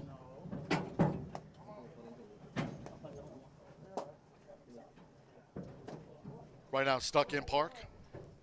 At 3-1, it's 4-5, Socorro's Prayer. So stand by one more. Fernando de la Cruz with Mr. Spitfire. Like Stuck in Park, both for Randy Klopp. Socorro's Prayer, now the 3-5 favorite at 5.5 furlongs, all in line.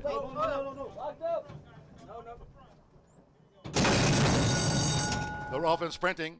Socorro's Prayer comes out swinging from the opening bell for Alberto Burgos. Socorro's Prayer, he's a fast gelding, and he's gone to the front from El Numero Uno, who sets off in pursuit of Socorro's Prayer, who's the flamethrower, going past the half-mile pole with Olmo now running in third.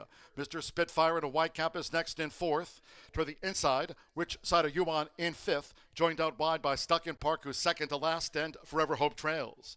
They round the far turn, the quarter for Socorro's Prayer, pressed by, on the outside, El Numero Uno, 22.39 seconds. Olmo is running in third as they come past the quarter pole. Stuck in Park, trying to get into gear on the far outside. Mr. Spitfire showed some speed but has dropped back toward the inside. Which Side Are You On? Forever Hope wide. These maiden 3-year-olds have straightened away. It's Socorro's Prayer with Alberto Burgos. Socorro's Prayer looking to finish them off and has a furlong to do so and has pulled clear from El Numero Uno by 6 lengths. On the outside is Olmo, who's now second, and El Numero Uno is third. Socorro's Prayer, and all the way winner by 8. Olmo was second, Forever Hope third, and El Numero Uno finished fourth. Stuck in Park was fifth.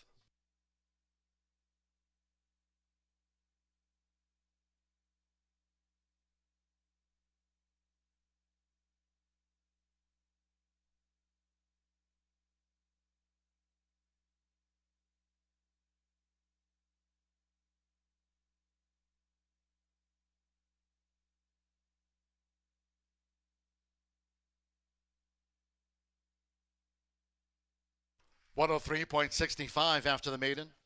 103.65 seconds. 4-1-2-6-4. Socorro's Prayer, 3-5. Never look back. Here's Socorro's Prayer. Alberto Burgos, another on the card for John Harron. That's a double. 1 Olmo, 6-1 second in his 5th career start. The 2 Forever Hope, 7-1 third. El Numero Uno, Numero 6 was 4th. Stuck in Park 5th. Which Side Are You On?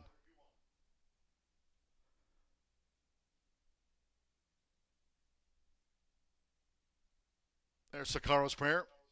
3-5 favorite on the board.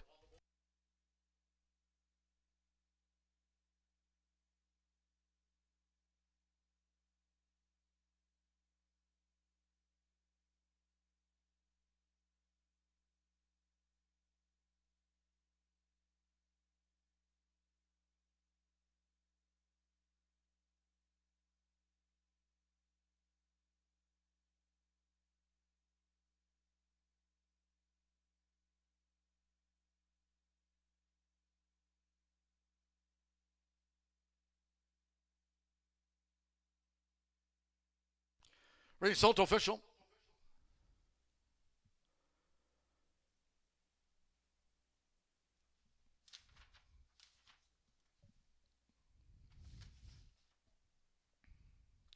In the Murphy Trailer Sales Winner's Circle, number 4, Socorro's Prayer with Alberto Burgos. Socorro's Prayer is a 3-year-old dark mare brown gelding by Prayer for Relief out of the City Weekend mare City Seduction. It's a double on the day for John Harron Thoroughbreds LLC, right toward the top of the meet leaderboard. Horseshoe Indianapolis congratulates the winning connections of Socorro's Prayer, sailing out to the maiden ranks today.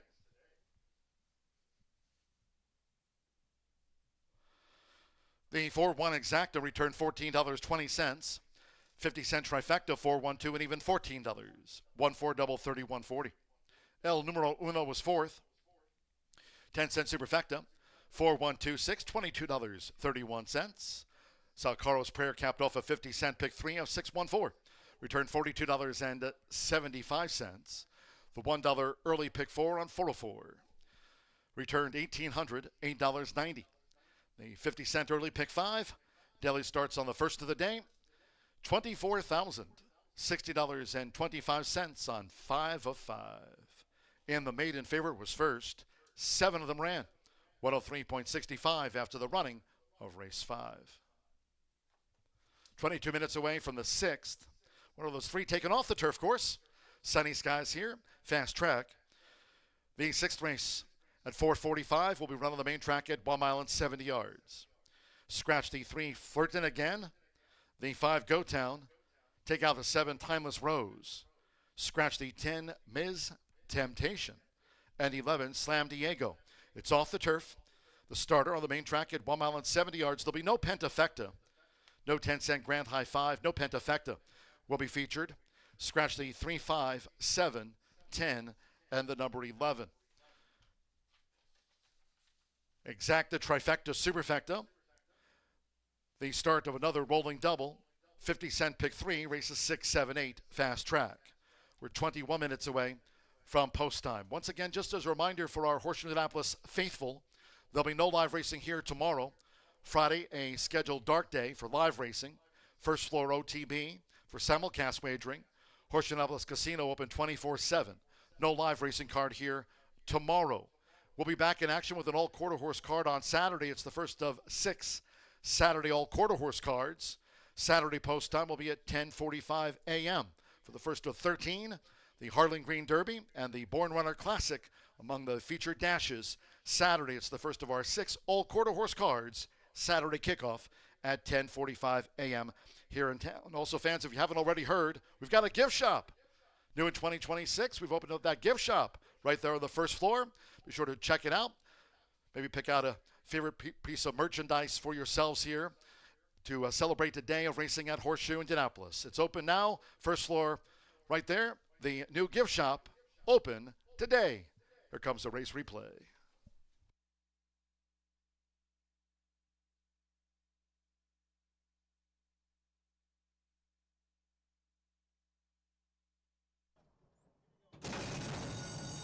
They're off and sprinting. Socorro's Prayer comes out swinging from the opening bell for Alberto Burgos. Socorro's Prayer. He's a fast gelding, and he's gone to the front from El Numero Uno, who sets off in pursuit of Socorro's Prayer, who's the flamethrower, going past the half-mile pole with Omo now running in third. Mr. Spitfire in a white cap is next in fourth. Toward the inside, which side are you on in fifth? Joined out wide by Stuck in Park, who's second to last, and Forever Hope trails. They round the far turn, the quarter for Socorro's Prayer. Pressed by, on the outside, El Numero Uno, 22.39 seconds. Omo is running in third as they come past the quarter pole. Stuck in Park, trying to get into gear on the far outside. Mr. Spitfire showed some speed but has dropped back toward the inside. Which side are you on? Forever Hope wide. These maiden 3-year-olds have straightened away. It's Socorro's Prayer with Alberto Burgos. Socorro's Prayer looking to finish them off and has a furlong to do so and has pulled clear from El Numero Uno by 6 lengths. On the outside is Omo, who's now second, and El Numero Uno is third. Socorro's Prayer, and all the way winner by 8. Omo is second, Forever Hope third, and El Numero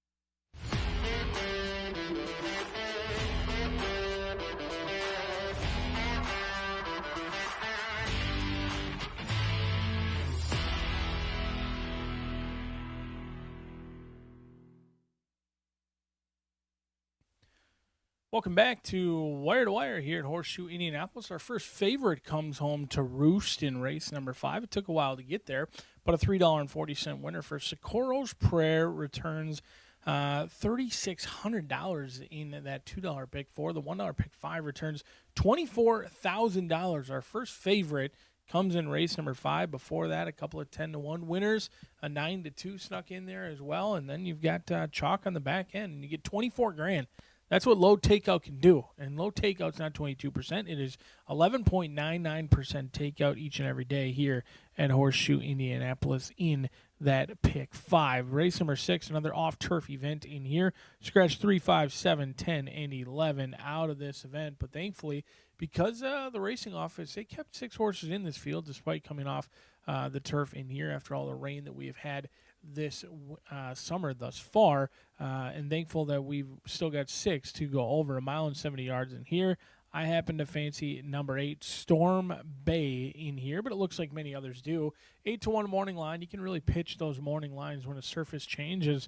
The morning line was predicting most of the horses would stay in the race, and frankly, they'd be on a different surface. So I don't pay attention to those too much once we change surfaces. Troy Wismer owns and trains a 6-year-old mare by Cross Traffic.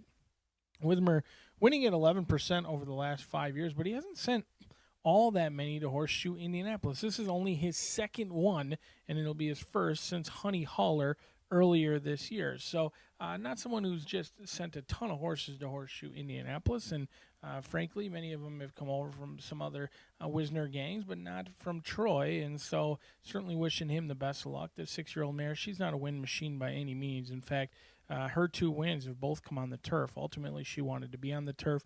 I do think she can race on the dirt. She's faced tougher when she's been in on the main track. Now, she is 0 for 4 on the dirt in her career. However, some taxing distances, 1 mile, 7 furlongs over at Churchill Downs against stiffer competition. I think she'll like being in with her friends today.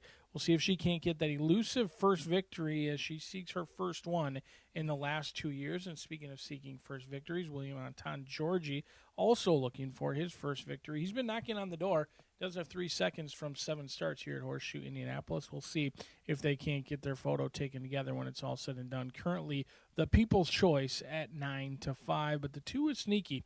This is reimagined, 3-1 right now for Danny Simpson's Mitch Merle. Now, I'd love to know how they lost this horse from trainer Dan Simpson, owned by Louis Russell, and then now owned and trained by Danny Simpson. I'm just curious if he claimed this one back or privately purchased it since being lost from his own client, or how that really shook out. But that's something I'll probably never find out. Just curious how $5,000 claimed away from Louis Russell gets back in with Danny Simpson and Mitch Merle. 3 wins, 3 seconds, and 1/3 for Reimagine. This 4-year-old filly by Tom's Day Ta has actually done quite a bit of work on every surface she's run on. She's been somewhat of a consistent sort. Now, she's always been at the lower level claiming ranks, don't get me wrong, but she does have a win on 3 different surfaces, a sloppy track, a turf track, and as well as a fast main track. She's got 1 win, 1 second, 1/3. She does her best running either on the pace or just slightly off the pace. She doesn't want to be a deep 1-run closer. If you don't see her within the first 2 lengths, probably in big trouble. But Mitch Merrill's been calling all the right shots this season, winning at 19%. I'm sure he'll try and save ground around that first turn and put her in a position where she can do some running late, going 1.70 miles. Reimagine 5-2, your clear second choice. But the 6 is I Made It. This is your 3-time winner on the main track. Another horse who's consistent on the main track, 8 for 16 in the top 3, over $150,000 banks, and I Made It continues to switch hands back and forth. She's been a popular claiming item as well. In fact, Steve Fosdick lost this one for $8,000, had an opportunity to claim back for $8,000, and did just that. Now, didn't really have much of an excuse last time out off of the long layoff, but was at a significantly tougher class level. Was at the allowance ranks, running for the big money, almost $40,000. Now, second start off the layoff, takes a huge drop in class. But what stood out to me, while there was no excuse in the running line or the race, this horse was bet down to favoritism in an allowance race just a couple of weeks ago. So went off favored, must have been training well or doing very well to be bet down to below 2-1 on May 7th. Now comes back 3 weeks later, a ton of class relief in here, and the horse with, frankly, the best form on the dirt, certainly moves up the most out of the surface change. We'll see if I Made It can prove the backers a winner in here as Blaine Davidson gets his homebred back. She's 5 years old. From the foaling process to the winner's circle, we'll see if it shakes out that way. 6 minutes away from race number 6 here at Horseshoe Indianapolis.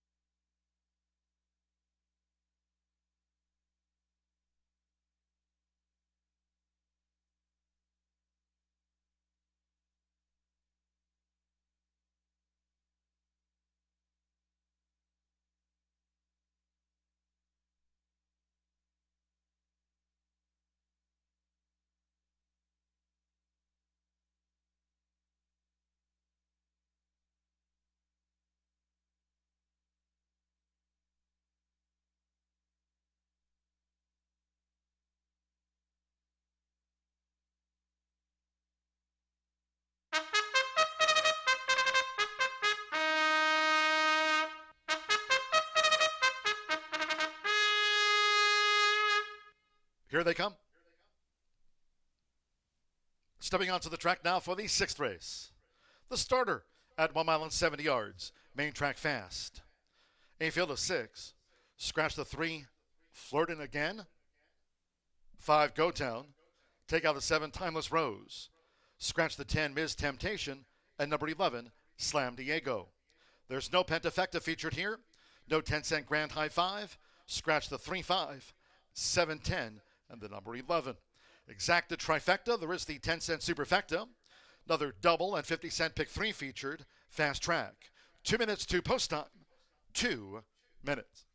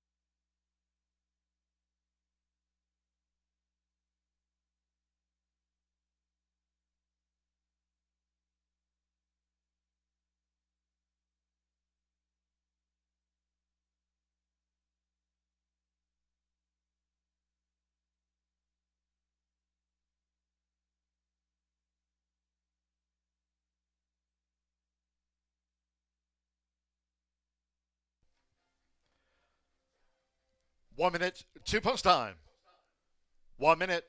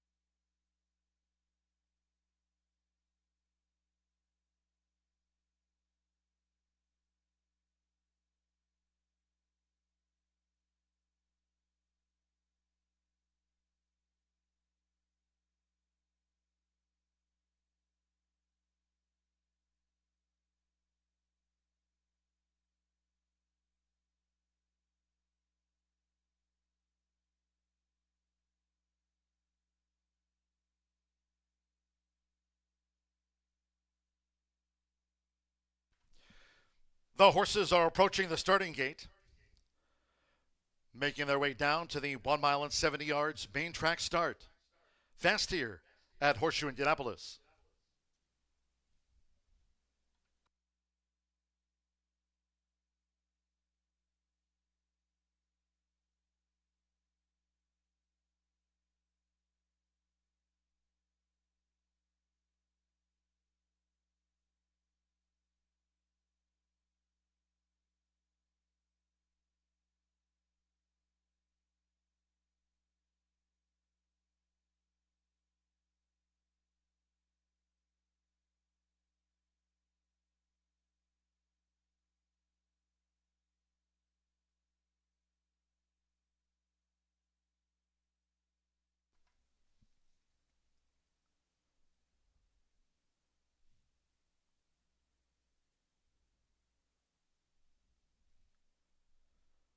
Arriving at the gate.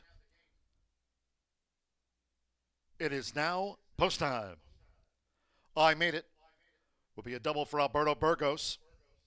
Fernando de la Cruz, Compset has joined I Made It, loading up.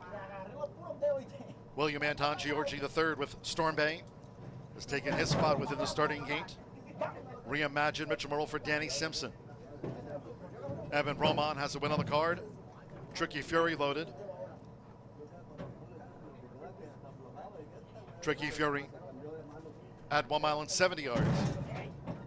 Fast track. Storm Bay right now the 3-2 favorite, and one more. Alexander Crispin with Footnote. Sextet with 19 wins between them. They're in the gate.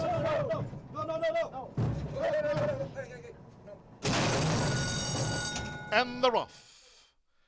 Comset sharply away from the rail for Fernando de la Cruz. To the early lead, Comset goes with I Made It, Reimagine. Here's Storm Bay, who comes up in the four-path, and that leaves Footnote with no option but to be 5 deep as they round the first turn. Tricky Fury gets settled back to last as they make their way to the back of the track, and Comset leads at the 6.5. It's Comset by 3/4 length to I Made It second and close up, with Storm Bay running in third.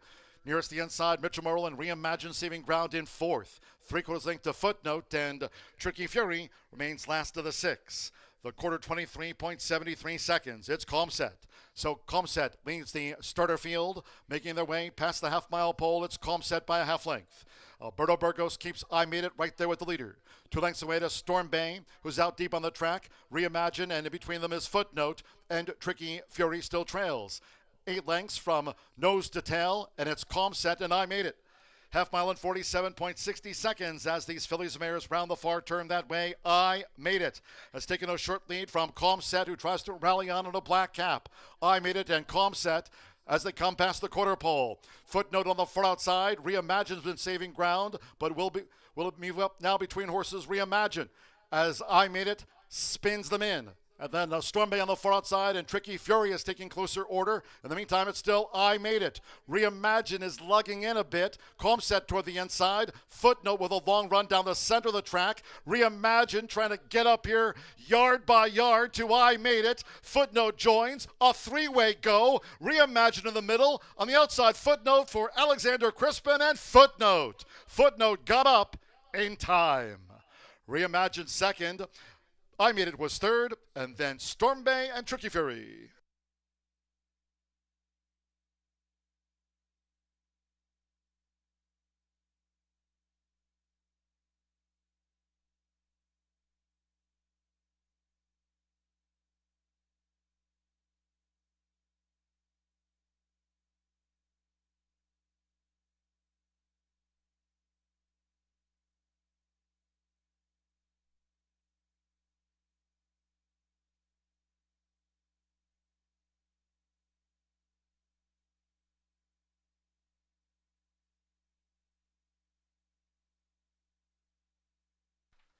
$144.49 after the starter. 9-1 on 9. Footnote first. 2 Reimagine. 2-1 second. 6 I Made It. 5-1 third. 2-1 on Storm Bay.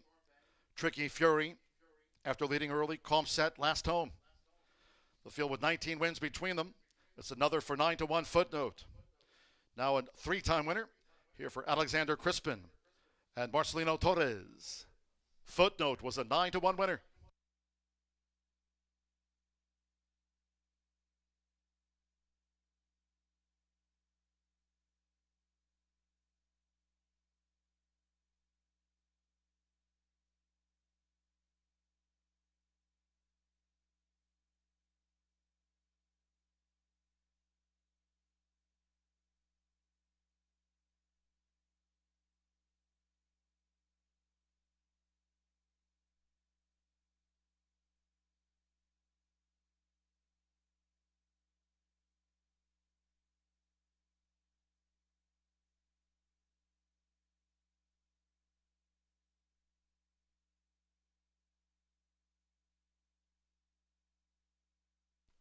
Returning to the Murphy Trailer Sales Winner's Circle, the 9 Footnote with Alexander Crispin.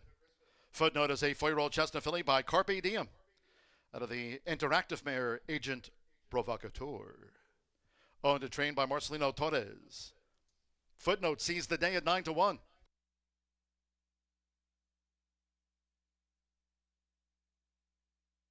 Rank 6 official. Result confirmed by the judges. Footnote has beaten home Reimagine. I Made It third, and Storm Bay fourth official. 9 to exact is $66.80. There was no pentafecta featured. Pick 3 capped off by Footnote, paid $60.25. I Made It third. 50-cent trifecta, 926, $95.35. 4-9 double, $77.60. Storm Bay fourth, 10-cent superfecta, paid $46.30. 6 ran in the starter, 144.49. 22 minutes away, 7th race. Maiden Juvenile Fillies Sprint. Over the 5 furlongs, scratch the 2. Little Mate. 2 Little Mate has been scratched. No pentafecta wagering featured.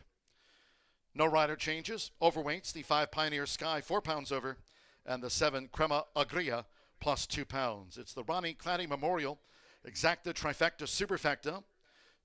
This starts the $5 last call, late thoroughbred double. Starts here at the Maiden Dash. Final pick 3 of the day, races 7, 8, and 9, all on a fast track. Post time, 5:16.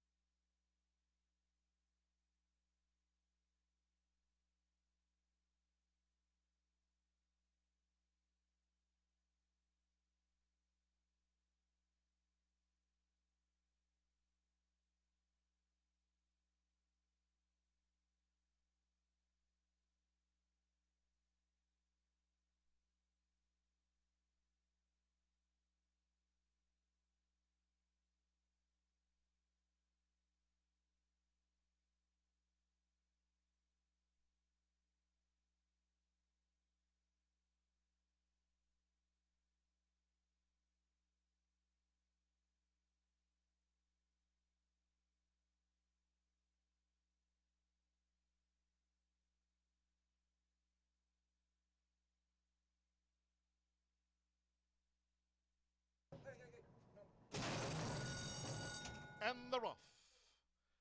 Comset sharply away from the rail for Fernando de la Cruz to the early lead. Comset goes with I Made It, Reimagine. Here's Storm Bay, who comes up in the 4-path, and that leaves Footnote with no option but to be 5 deep as they round the first turn. Tricky Fury gets settled back to last as they make their way to the back of the track, and Comset leads at the 6.5. It's Comset by 3/4 length to I Made It, second and close up, with Storm Bay running in third. Nearest the inside, Mitchell Merle and Reimagine saving ground in 4th. 3/4 length to Footnote, and Tricky Fury remains last of the 6. The quarter 23.73 seconds. It's Comset. So Comset leads the starter field, making their way past the half-mile pole. It's Comset by a half length. Alberto Burgos keeps I Made It right there with the leader. 2 lengths away to Storm Bay, who's out deep on the track. Reimagine, and in between them is Footnote, and Tricky Fury still trails. 8 lengths from nose to tail, and it's Comset and I Made It. Half mile in 47.60 seconds as these fillies mares round the far turn that way. I Made It has taken a short lead from Comset, who tries to rally on in a black cap. I Made It and Comset as they come past the quarter pole. Footnote on the far outside. Reimagine's been saving ground, but will it move up now between horses? Reimagine as I Made It spins them in. And then Storm Bay on the far outside, and Tricky Fury is taking closer order. In the meantime, it's still I Made It. Reimagine is lugging in a bit. Comset toward the inside. Footnote with a long run down the center of the track. Reimagine trying to get up here yard by yard to I Made It. Footnote joins. A 3-way go. Reimagine in the middle. On the outside, Footnote for Alexander Crispin, and Footnote. Footnote got up in time. Reimagine.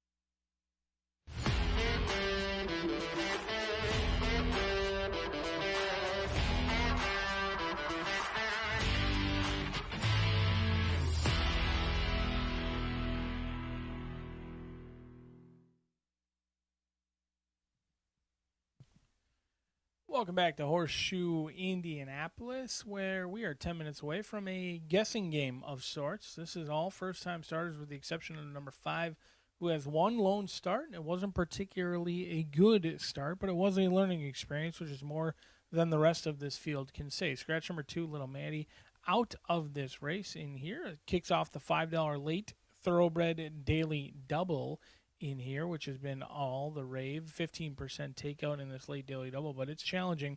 So let's take a look at this field. Many of them, except for Pioneer Sky, making their first career start, so somewhat of a guess. And I do know Gennaro Garcia likes to win, and he likes to win often and early. He wins at about 14% with first-time starters, but that number has been increasing here at Horseshoe Indianapolis the last couple of years. He's now winning at about 10% locally, but he's done very well. That number used to be significantly lower than it has been here recently, and he gets Marcelino Pedroza Jr. I like that this horse is drawn to the outside, being by Forever Dioro. Owned and trained by Gennaro Garcia. I like that gate workout, only one gate workout, so there likely wasn't any issues when they did go to get their gate card. This one is a half to Echo Canyon, who banked just about $100,000, won on both the dirt and the turf, and also Yellow Feathers, another sort who had 3 wins on the fast main track, many of them pretty precocious. The mare, she's done a good job with horses winning early. She produces 22% win rate at 2 years old, 20% win rate with first-time starters, and 5 of the 6 that she's thrown out have all gone on to win. We'll see if Forever Release can add to those statistics in here. You've got a jockey-trainer combination that can certainly win, and you're getting a decent price in here as well at 9-2. The 3 is Indignat. This one goes out for the 2-year-old filly by Santiva, Kelsey Danner. FBG's one of FBG's favorite trainers, he said today on his video that Kelsey Danner, one of his favorite trainers. I believe he had this one right on top with Victor LeBron for this Indiana bred who's been training consistently but short over at Turfway Park. 3 furlong workouts, only three furlong workouts. I would have loved to see a 4 furlong, if not a 5 furlong work in there. The mare, Easy Attitude, she banked $131,000. She was 0 for 14 on the turf. They continued to try her on the turf, but she had 3 wins all on the main track. She's yet to produce a winner, but she's getting bet a little bit in here. 5-2 right now. 2 of her 4 foals have made it to the racetrack. They're 0 for 7. So looking to produce something that they haven't been able to produce thus far for Easy Attitude, the mare, is get a win. But if anyone can do it, it's Kelsey Danner and Victor LeBron in here, taking some action, likely to go off favored in this spot. We'll see if the good-looking daughter of Santiva is worth the $5,000 they paid for her, just coming up 7 minutes from now. But your inside runner is the other Gennaro Garcia trainee. Amir Mendoza going to be in the saddle for Southwest Racing Stables. This 2-year-old filly by Shagaf is out of Runnin' with Heaven. Gets the rail, which can be a blessing or a curse, especially with a first-time starter. The mare, she banked 2 wins in her career. She did have 8 second-place finishes. Now, she's produced winners. She is 3 for 3 producing winners. However, they aren't always win machines. They only win at 6%, haven't hit the board in their first starts. They did win 15% as 2-year-olds. Maybe most notably would be Kay's Heavenly Star, who was 1 for 17. So the breeding doesn't really jump off the page, but I do like Gennaro Garcia down on the rail, and also another horse who's taking some action in here. 3-1 right now. But this is a very even betting board, and the kind of race that you would love to kick off a $5 late daily double with 15% takeout, because right now the bettors are really telling you that this is a complete guessing game, and it's a dart throw between the first-time starters, overlooking the only horse with experience in Pioneer Sky, who's likely going to go off your longest shot on the board, despite the only one who's gone through the starting gates on race day. So that's an interesting thing to try and navigate through as you kick off those late daily doubles. A true guessing game in here. I'm going to try the 6, 3, and 1 as we kick off the late daily double at Horseshoe Indianapolis.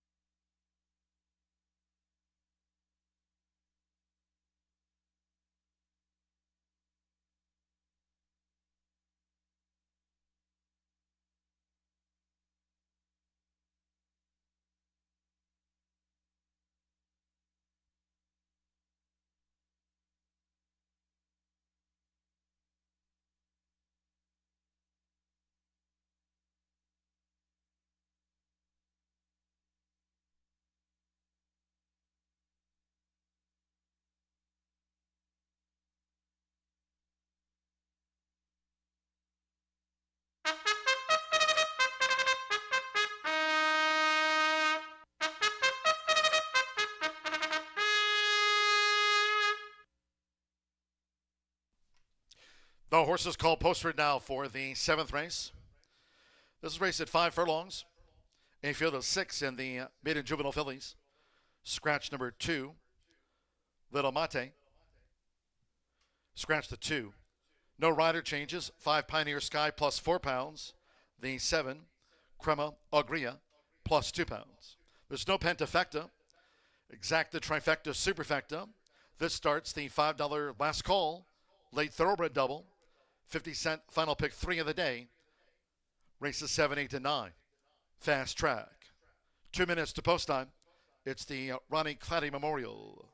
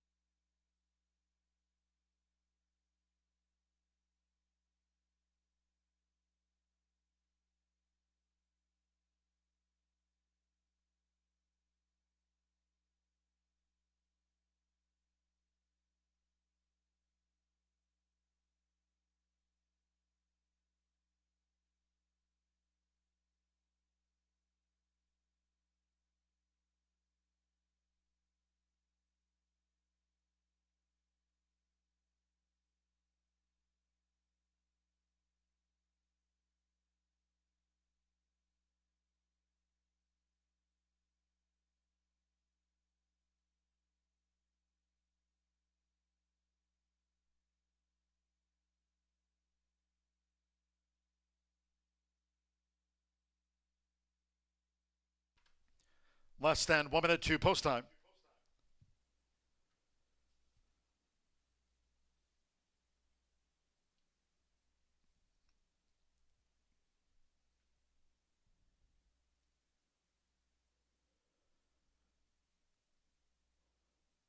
Following the running of the 7th race, members of the Horseshoe Indianapolis staff and the backstretch community here at the track, gathering in the winner's circle, following the official. And the Cody photo will be taking a moment of silence in memory of Ronnie Clady, longtime member of Joe Davis's barn, a part of the Horseshoe Indianapolis community. Following the running of this 7th race and after the winner's circle photo, we'll be taking a moment of silence in memory of Ronnie today. The horses are approaching the starting gate.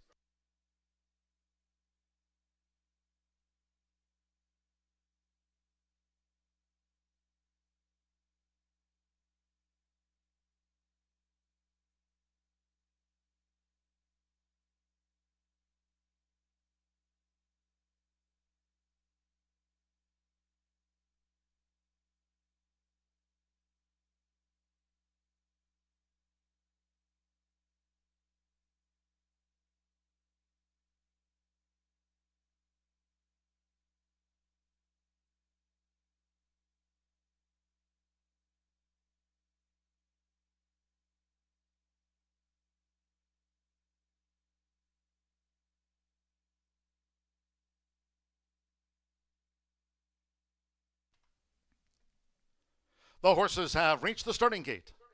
It is now post time. Loading Amir Mendoza with Looks Like Laney.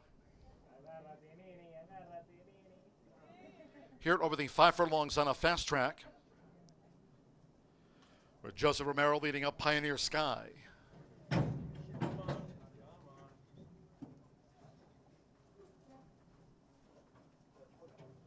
Pioneer Sky has joined Looks Like Laney.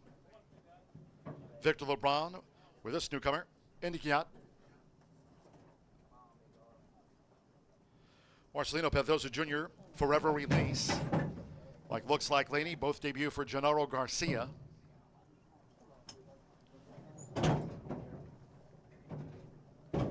Alberto Burgos with Gonna Be Golden, another newcomer.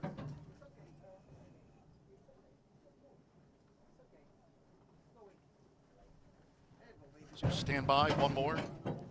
Orlando Boca Chica with Crema Agria for the Ronnie Clady Memorial. And they're off. Gonna Be Golden. Quickly away for Alberto Burgos to seize the early lead, but under a quick attack from Looks Like Laney, making a dash from the rail for Amir Mendoza. And Looks Like Laney just heads off. Gonna Be Golden as they enter the far turn. It's a break of 3.5 to Pioneer Sky, who's running in third as they round the far turn that way. Forever Releases next in fourth. Then Indy Yacht and Crema Agria trails the maiden juvenile filly sprint. 22.54 for the first couple of furlongs as these leaders turn for home. Gonna Be Golden and Looks Like Laney in the red cap as they level up together with Forever Release charging hard on the outside, and Indy Yacht with the rail. There's 1 furlong to go for Amir Mendoza. Looks Like Laney's the leader. On the inside, here's Indy Yacht coming with a bid past the 16th. Far outside, this late bid by Forever Release. They're close to home. Victor LeBron and Indy Yacht with the rail. A driving win, Indy Yacht over Looks Like Laney. Forever Release third, and Gonna Be Golden finish fourth.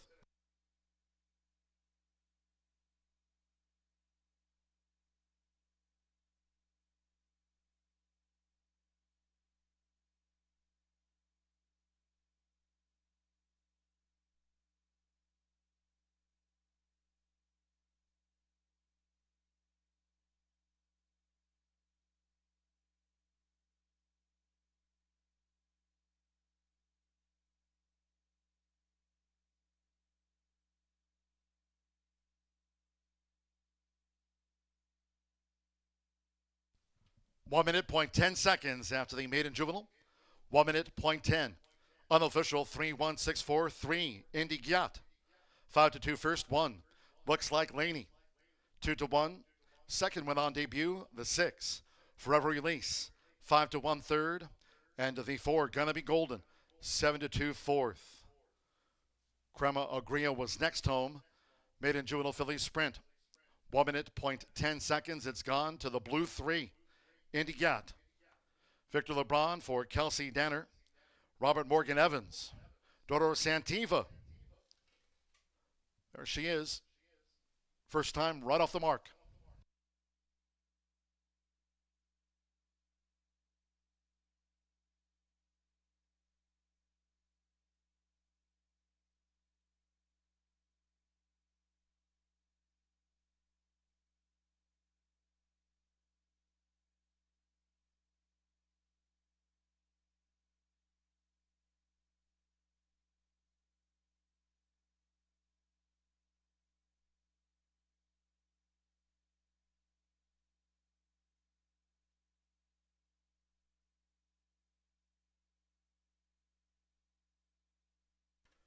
Result official.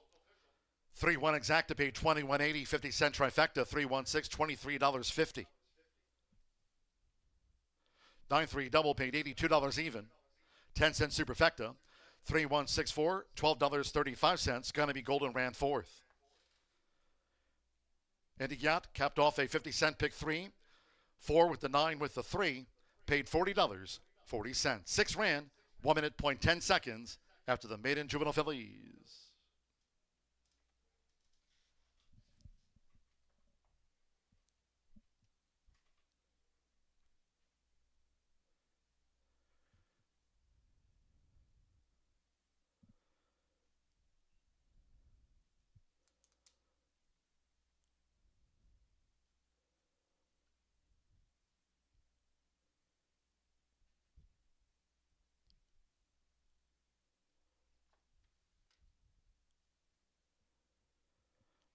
Returning to the Murphy Trailer Sales winner circle, the 3 Indy Yacht with Victor LeBron. Indy Yacht is a 2-year-old chestnut filly by Santiva out of the Mancini mare, Easy Attitude. Debut winner for Kelsey Danner and owner Robert Morgan Evans. She was bred here in the Hoosier State by Mr. John O'Mara. Horseshoe Indianapolis congratulates the winning connections of Indy Yacht.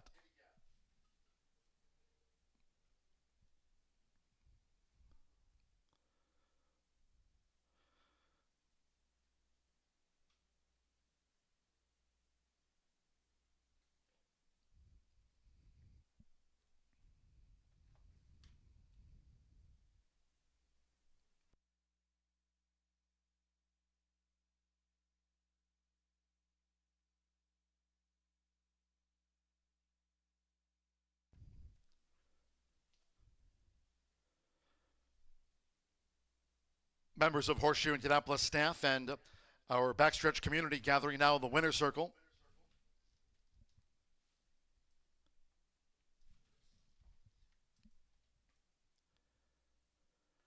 The 7th race was the Ronnie Claddy Memorial, named in memory of Ronnie.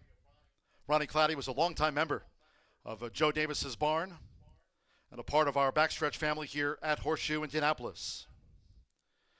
Members of the Horseshoe Indianapolis staff and part of the backstretch community gathering now in the winner's circle. Ladies and gentlemen, at this time we ask for a moment of silence, please.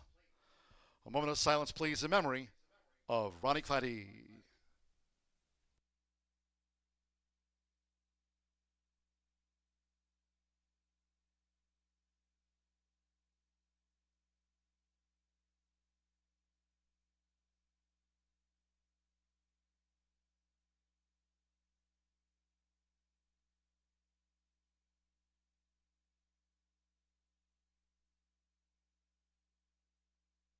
Thank you.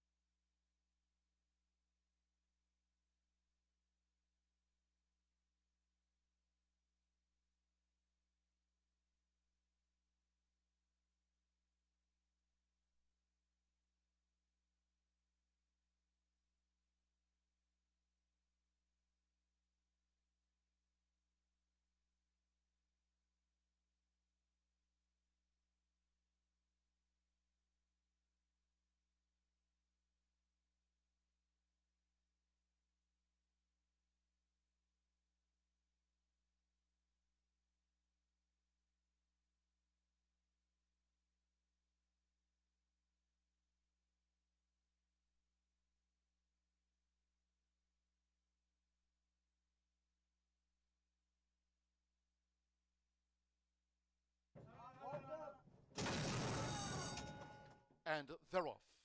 Gonna be Golden. Quickly away for Alberto Burgos to seize the early lead, but under a quick attack from Looks Like Laney, making a dash from the rail for Amir Mendoza, and Looks Like Laney just heads off.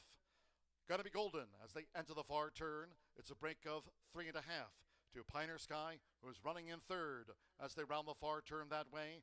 Forever Releases next in fourth, then Indy Gyat and Crema Agria trails the maiden juvenile filly sprint, 22.54 for the first couple of furlongs as these leaders turn for home.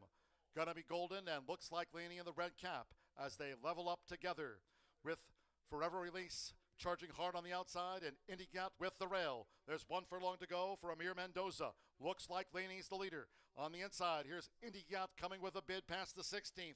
Far outside, this late bid by Forever Release. They're close to home. Victor LeBron and Indy Gyat with the rail. A driving win, Indy Gyat over Looks Like Laney. Forever Release third and Gonna Be Golden finish fourth.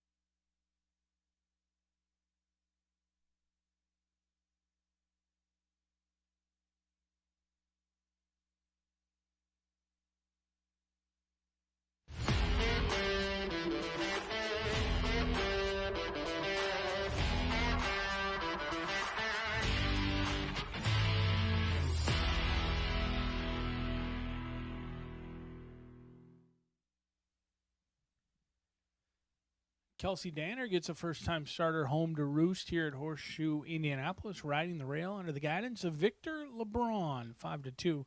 Your second choice kicks off the first portion of that early or late fire daily double. $5 minimum, 15% takeout. We're 10 minutes away from the Thoroughbred finale before we give way to the beautiful and talented Martha Clausen. She'll take you through today's 300-yard maiden dash. But first, we've got another off-turf event. It was a disastrous week for the turf course here at Horseshoe Indianapolis. Short-term pain, long-term gain. It's green, it's beautiful, it's moist, and we should be ready to rock and roll come Monday, pending the weather this weekend. But we were off the turf throughout the week, but hopefully there will be brighter days ahead with full fields based on a race day cancellation and being off the turf. I think we're going to have some excellent entries as we look ahead to next week. But first, let's get through race number 8. Scratch 1, 3, and 7 out of this event. I'm going to go to your outside runner, the only main track only in here. What about now for Mr. Robert Ray? Mitch Merle going to be aboard. Tim Eggleston, a 5-year-old mare by Congrats, who is a little bit camera shy when it's all said and done. She's only got 2 wins from 22 starts. At 5, she's still looking to get through those conditions. She hasn't won in a while. However, her numbers certainly fit, and I've been impressed with both of her races this year. She ran a good second in which she broke well. She ultimately took back off the top 2 and then just stayed on evenly chasing Sweet Saint all the way around at a big number of 51-1. Then she came back. She took a little action in the win pool as well. Instead of 51-1, she was 5-1, but she was closing in late on Innisfree last. She's well spaced. She's been given about 3 weeks off since her last. She gets Mitch Merle in the saddle for Tim Eggleston, his go-to rider. He's been aboard the last 2 starts here at Horseshoe Indianapolis. I think they're going to break alertly, try and maybe go to the lead, breaking from post position number 11. Their hands are drawn a little bit, in which they're going to have to giddy up to avoid being wide in that first turn. Even though there's 3 scratches, didn't get much help when you're going a mile and 70 yards, still breaking from post position number 11, but in the 8 hole in the gate. So that'll be somewhat unique. There is some other speed in here, as I know Fun Little Sis wants to go to the lead as well. But the 9 is Fancy Is My Name. Randy Klopp looking for his first winner of the week. That's not something you say very often come Thursday here at Horseshoe Indianapolis. 18% winner. He gets Moncada in the saddle for Mrs. Liz Klopp. Fancy Is My Name's a 4-year-old filly who's got 1 win. She's still looking for that second win. She almost had it at first asking this season, in which she ran a huge effort, 19-1. She was closing in strongly late. She was going against some talented older runners in City Prayers and Eyeshadow. She ran out of real estate. That's really how it went. I mean, she broke near the back of the pack. She came with a big flurry, big rush, and just ultimately the wire came before she did, and she was closing awfully quick. Fancy Is My Name, second start off the layoff and going a route of ground, and that is where she got her first victory. She got out of the maiden special weight level going a mile and 70 yards, a race in which it was a 6-horse field. She dueled in the 2-path, and she ultimately wore down the chalk Pink Picture. The final time came back a little bit, not so sure, but it was her 3-year-old season. She ran a bang-up race first off the layoff. Another one who's been given some extra time off, 26 days in between races. The route race, she's proven to go around a route of ground. That's where she's won when she's gone 2 turns, and she ran a huge race at first asking. So there's a lot to like. Randy Klopp isn't going to be winless on the week for long if Fancy Is My Name runs back to her last race with a buyer top in this field of 65, 3-1 on the board. But the 2 is taking all the action right now for Michael Lauer and Evan Roman, a 3-year-old filly by Tapiture, who's got 1 win from 8 starts, along with 2 third-place finishes, looking to push those career earnings up over $50,000 with any success today. Ran at the mile level last time out on May 7th. She was hammered late. I remember she loaded the gate at about 7-2, went off below 2-1. She was detached early, really never looked like she was going to pick up. She got a ground-saving trip. She ultimately swung out at the top of the lane, came with her run, and then flattened that final 1/8 of a mile. It was a good effort. It was her first effort here at Horseshoe Indianapolis this year after 2 tries against significantly tougher competition at Oaklawn Park. This is an Indiana bred who was taking on open competition at Oaklawn Park. Ran a decent 4th in a very live race, won by nickel and dimed. I think she's going to improve second start here at Horseshoe Indianapolis. I don't think she's going to be allowed to be nearly as far back as she was last time. She was simply given too much work to do. But if you like paying attention to jockey merry-go-rounds or jockeys hopping on, hopping off, Moncada does hop on. He'll be aboard number 9 for Randy Klopp, while Evan Roman gets in the saddle for Michael Lauer. He's about to get the leg up right now. We'll see if the Lauer gang gets their picture taken when it's all said and done as the People's Choice, 5 minutes away from the last thoroughbred race of this week here at Horseshoe Indianapolis. But stick around. We've got another late daily double coming at you with Martha Clausen taking you through race 9 next.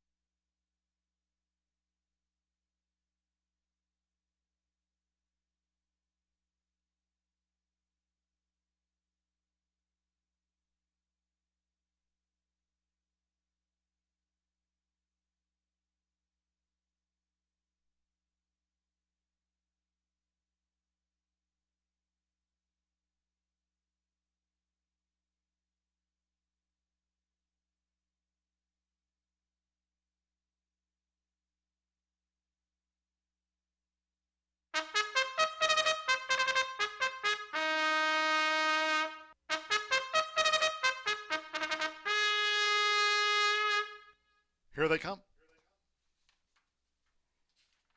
The Fillings mare stepping onto the track now, parading for the 8th race. This was one of 3 taken off the turf course today.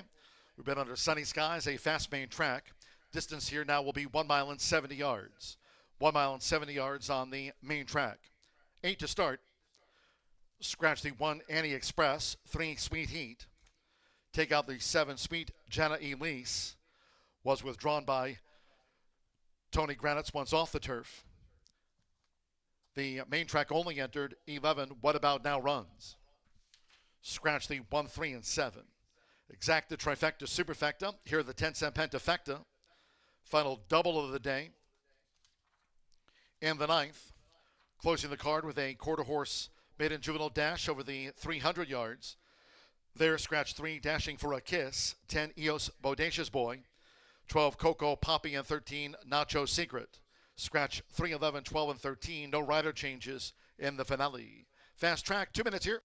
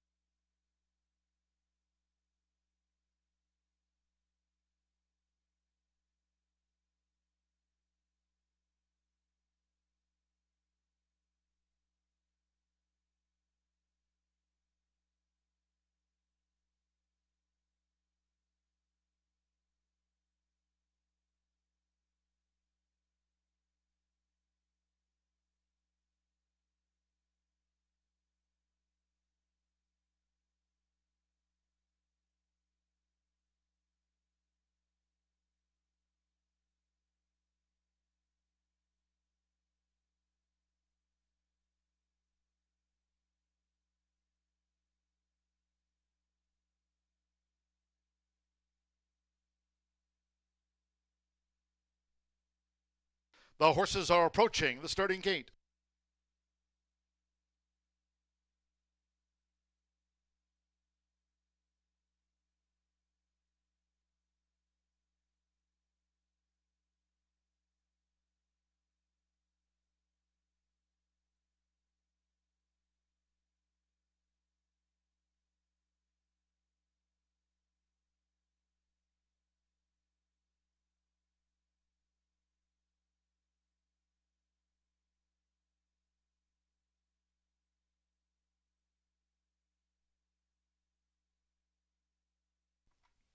The horses have reached the starting gate. It is now post time. They're going in. Samuel Bermudez with Fun's Lil Sis. Kaboom. Evan Roman on the Thursday score sheet. There's Kaboom. Green with a white diamond belt and cap. Fun's Lil Sis joins. Hannah Leahy. Partners Kid and Song.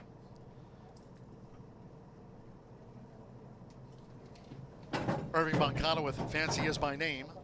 Here at 1 mile and 70 yards. Now Patrick Valenzuela with Jolly Justice. Taking her spot within the starting gate. Alberto Burgos with Amazingness coming up. Two back. Marcelino Pathosa Jr. with Tab Bonnet. One more, Mitch Murrell. What About Now runs as a main track only for Tim Eggleston. Fast track. They're in the gate. They're off to an even start. Toward the inside, Kid and Song away well. Fun's Lil Sis and Fancy Is My Name, both with early charges. What About Now on the outside? Also close up as they enter the first turn for Samuel Bermudez. Fun's Lil Sis to the early lead from Fancy Is My Name, with toward the inside, Kid and Song running a third at the 6.5. What About Now is fourth. Tab Bonnet in fifth, with on the outside, Kaboom in a white cap. The trailers are Amazingness, and with the rail, Jolly Justice. The opening quarter was 7 ticks over 24. These Phillies mares going up the back of the track, and Fun's Lil Sis in charge of the pace. So it's Samuel Bermudez. Fun's Lil Sis dictates terms to Fancy Is My Name, staying close to her. Kaboom, in the meantime, is racing on the far outside in third. Toward the inside, Kid and Song is saving ground for Hannah Leahy as they make this run past the half-mile pole, Tap Bonnet in between horses. Nearest the inside, Jolly Justice is in behind horses there for Patrick Valenzuela. What About Now racing wide both turns, and Amazingness is in between them. Half mile in 48.46 seconds. They have just inside 3 furlongs to go. Fun's Lil Sis still spearheads them coming toward the quarter pole. Irving Moncada and Fancy Is My Name now up to take the lead as they come past the quarter pole. Fancy Is My Name going for home upon straightening. Has one in on Fun's Lil Sis. Kaboom. Tap Bonnet between horses. Toward the inside, Jolly Justice. And then farther out is Amazingness coming with a long charge. Fancy Is My Name, the leader, 3/4. 1 minute 13.03 seconds. Fancy Is My Name carries a 4-length lead down to the final 16th. With on the outside, Amazingness. Tap Bonnet between horses. Jolly Justice. Kaboom. Fancy Is My Name. Fancy Is My Name finishes on top by a half dozen lengths from Amazingness. Kaboom edged out. Tap Bonnet for third. Jolly Justice finished fifth.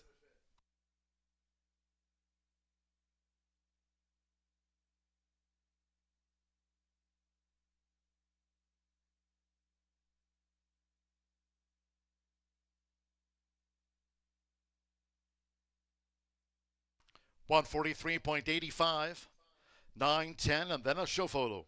First, number 9, Fancy Is My Name. 3-1 first. The 10, Amazingness. At 41-1 odds was second. 143.85. Irving Moncada. Fancy My Name was one of the Randy Klopp 2. Fancy Is My Name, a 3-1 winner over 10, Amazingness. Here it is, Fancy Is My Name. Clear-cut margin of victory in the Fillies and Mares. 41-1. There's 10, Amazingness. The runner-up. Kaboom over Tap Bonnet and Jolly Justice, fifth for P-Val.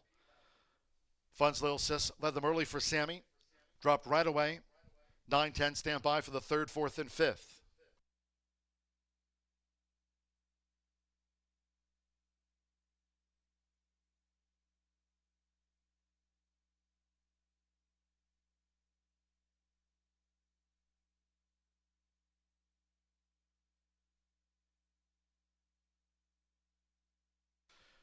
The judges have posted number 2, Kaboom, third. The 6, Tap Bomb at fourth. And number 5, Jolly Justice was fifth. 9-10, 2-6-5. There it is in frame.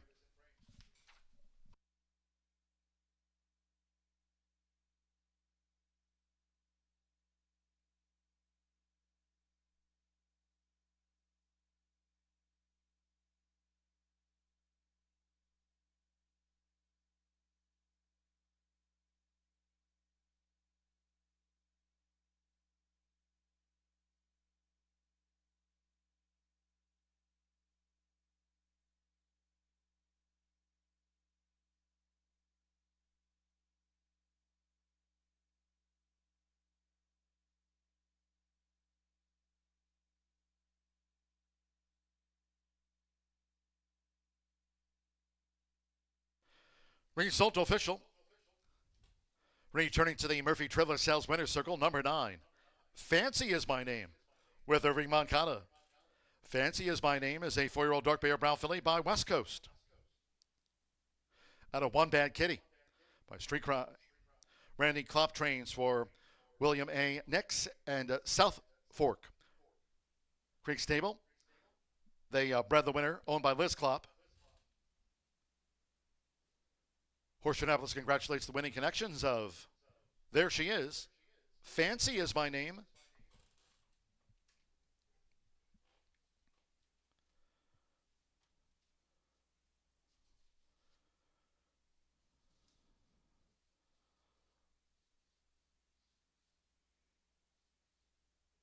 A Klopp family win at 3-1.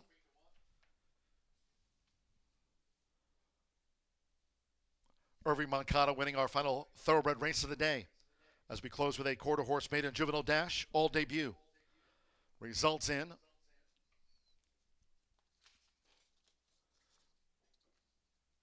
the 9-10 exacta, paid $221.40 50-cent trifecta, 9-10-2, $174.70. 3-9, $5 last call thoroughbred double, $65. Tap Bonnet was fourth, Jolly Justice fifth. The 10-cent superfecta, $134.33. Pick 3, $98.70. Results in on the $1. Late pick 4 presented by Itoba. 4 out of 4, $410.20. The 50-cent late fire 5, $2,016.95 on 5 of 5. And the 10-cent pentafecta, Jolly Justice 5th, returned $507 and change. $507.63, paid out the 10-cent grand high 5. 143.85 after the running of the fillies and mares. 17 minutes away from the finale. Quarter horsing is dashing over the 300 yards, fast track. Scratch 3 dashing for a kiss. 10 Eos Bodacious Boy. 12 Coco Poppy and 13 Nacho's Secret. No rider changes. These reported overweights. The 2 first down draw +2. Number 5, Flying Beach, 2 over. Number 6, Fabulous Freddy, 7 pounds over. Number 9, The Warden, 6 extra pounds. And make the 10, Candy on Fire, 7 pounds over the listed weight. Exacta trifecta superfecta and the 10-cent quarter horse pentafecta. Martha Clausen standing by. She's waiting in the wings with her analysis of the finale. Post is 6:15.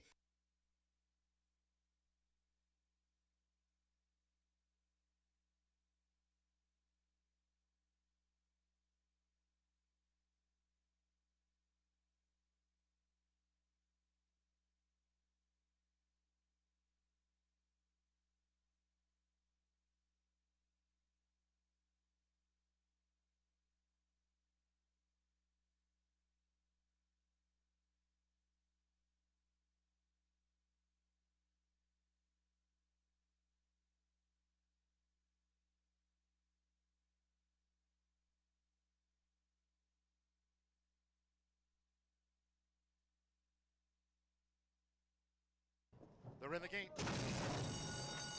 They're off. Off to an even start.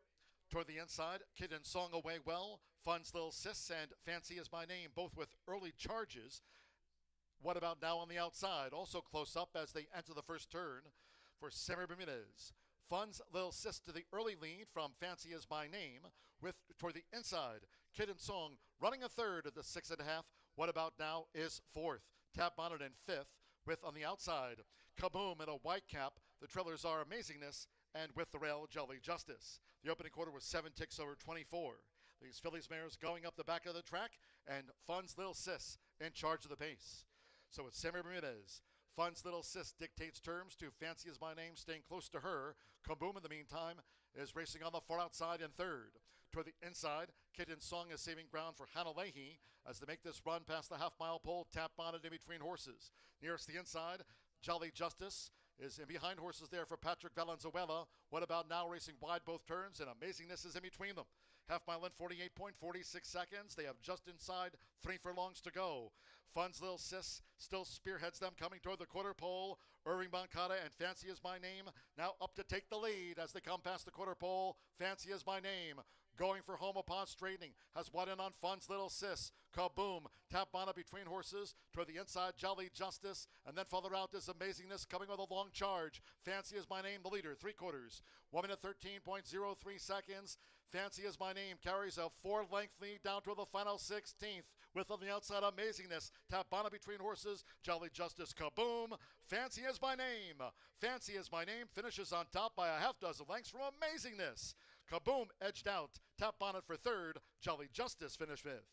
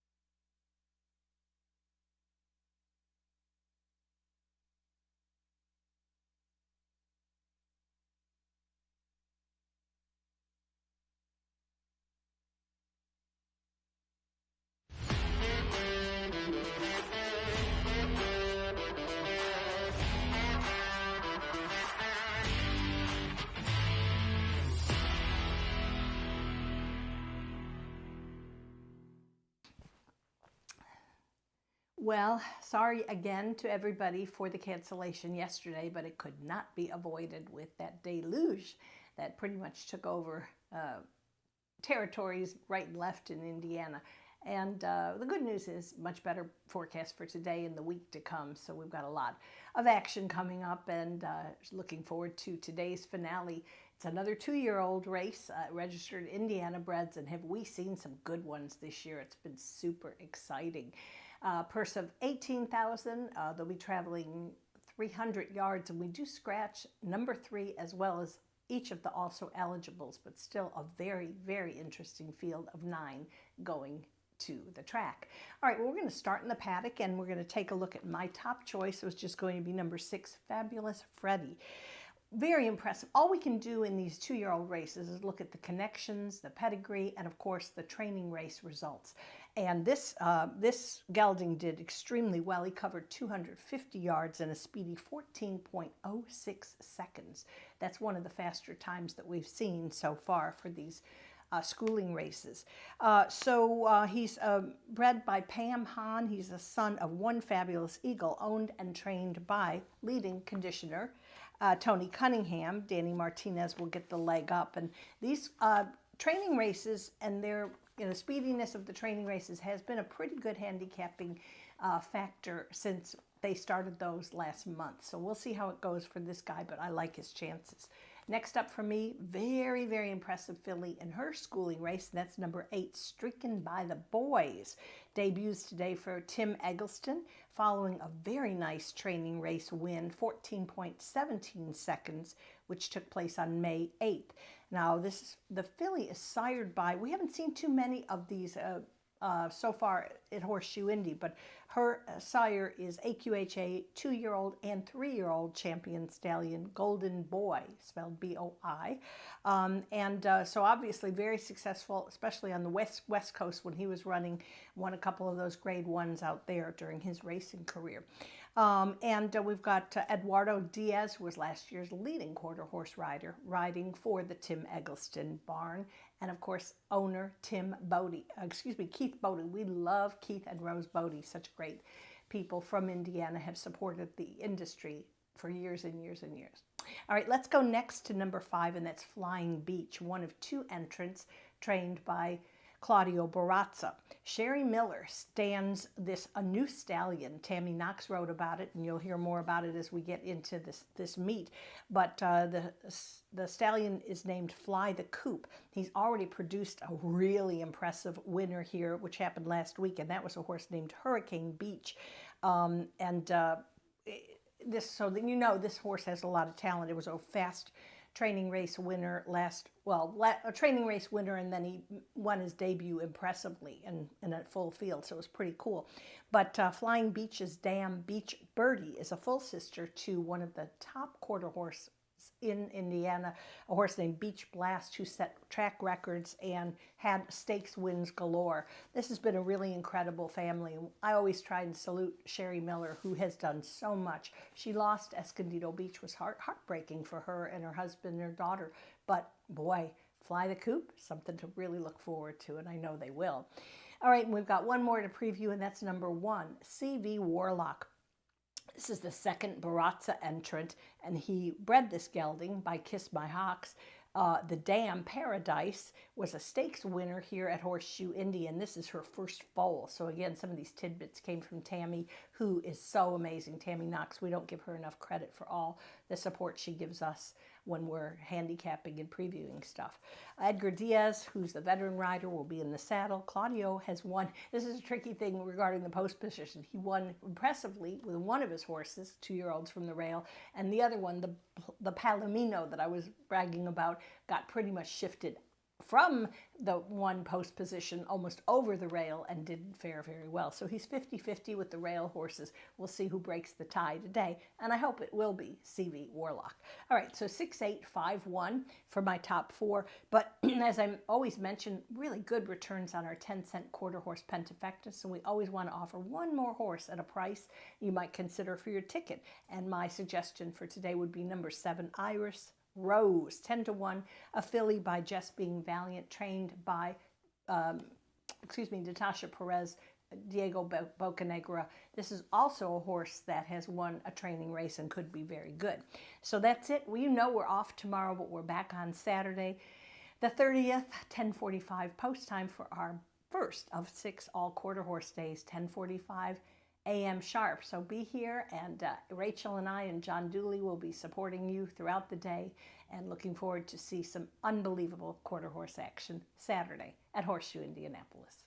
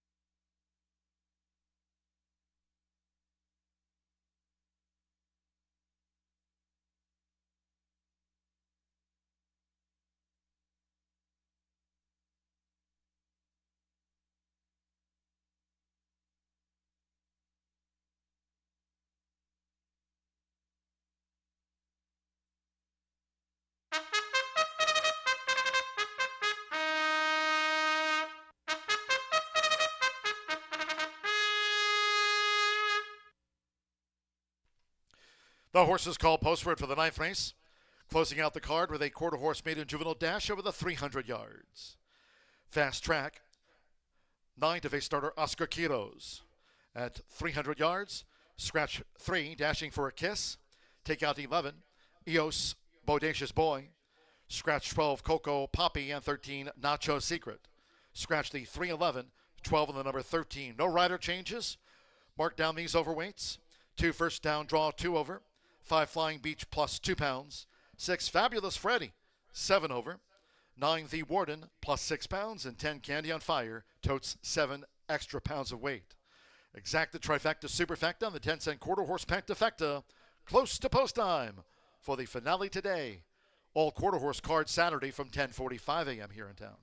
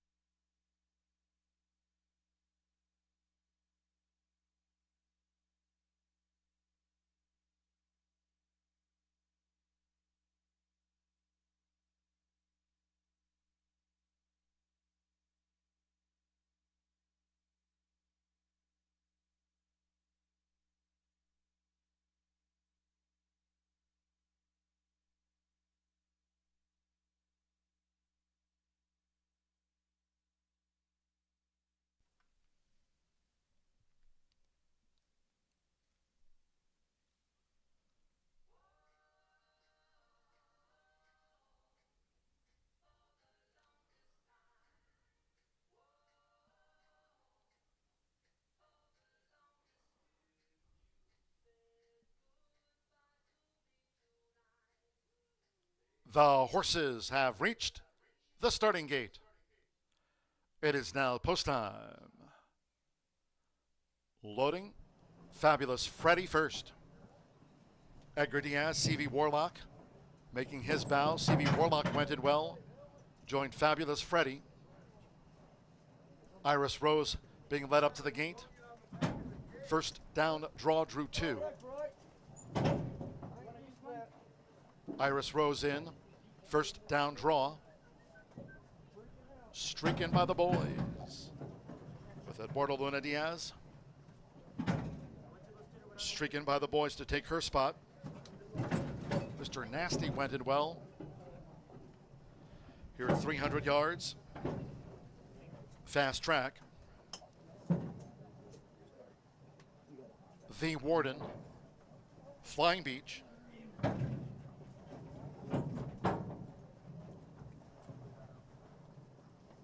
Flying Beach installed. The Warden. Saturday all quarter horse card kicks off from 10:45 a.m. One more Francisco Quintero with Candy on Fire. All 9 newcomers. For the last of the day over the 300 yards on a fast track to close out the day. From Horseshoe Indianapolis, they're in the gate. All for the Thursday finale. Here's the inside, CV Warlock. Here comes a charge from Fabulous Freddy between horses. 220 yards to go. CV Warlock with Fabulous Freddy on the outside. Streaking by the boys and Candy on Fire. They're close to home, and it's Fabulous Freddy. Fabulous Freddy just flew on debut from Iris Rose with Streaking by the boys, CV Warlock, and the Warden.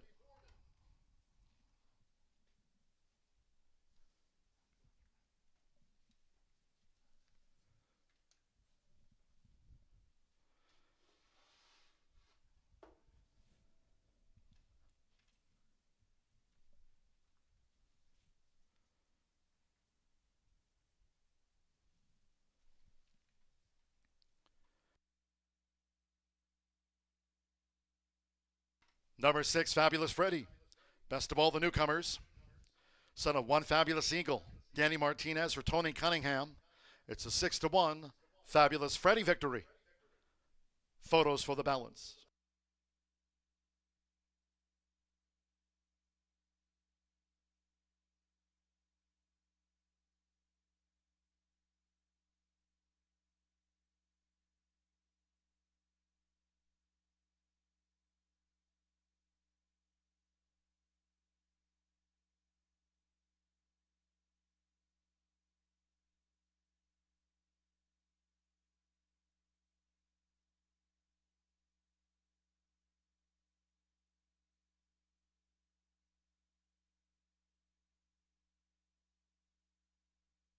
The judges have posted after photographs. Number 7, Iris Rose second, 8.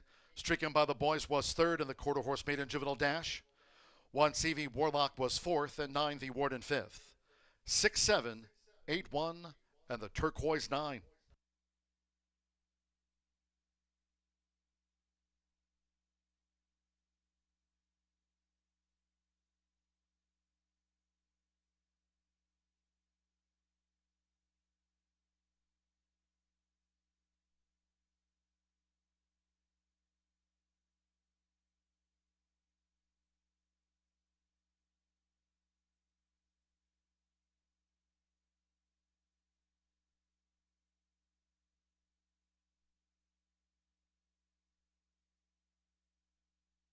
Result official,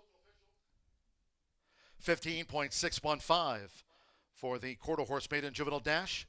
Fast tracks, 15.615 seconds. Official, 6-7 exacta paid $128 even. 50-cent trifecta pays on 6-7-8. CV Warlock was fourth for that 10-cent superfecta. 6-7-8-1. That result for $45.69. Fabulous Freddy capped off our final 50-cent pick 3 on the card. 396 pays out $65.70. Final results in. The trifecta, $98.70. Streaking by the boys was third. CV Warlock fourth. The Warden fifth. 9-6 double, $70 even.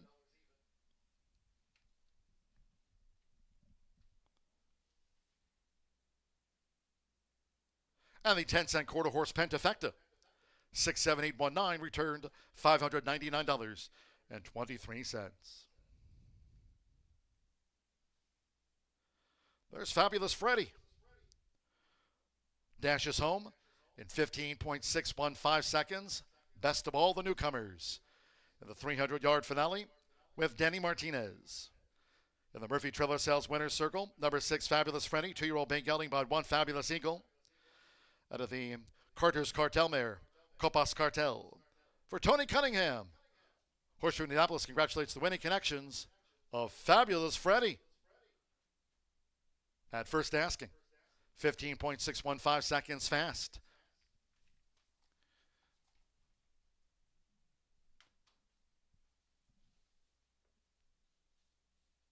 All quarter horse card here on Saturday featuring the Harley Green Derby Final and the Born Runner Classic. Hope you can join us on Saturday, kicking off at 10:45 a.m. That concludes our live racing program for today. Thanks to all that joined us here on track. Have you checked out the new gift shop yet? First floor, check it out. Cheers to all who tuned in. Live racing resumes on Saturday as noted. The first of our 6 all quarter horse Saturday cards from 10:45 a.m. Until then, for all of us here at Horseshoe Indianapolis, it's been my pleasure for the broadcast booth on what turned out to be a beautiful day in town. For now, track announcer John G. Dooley saying good night.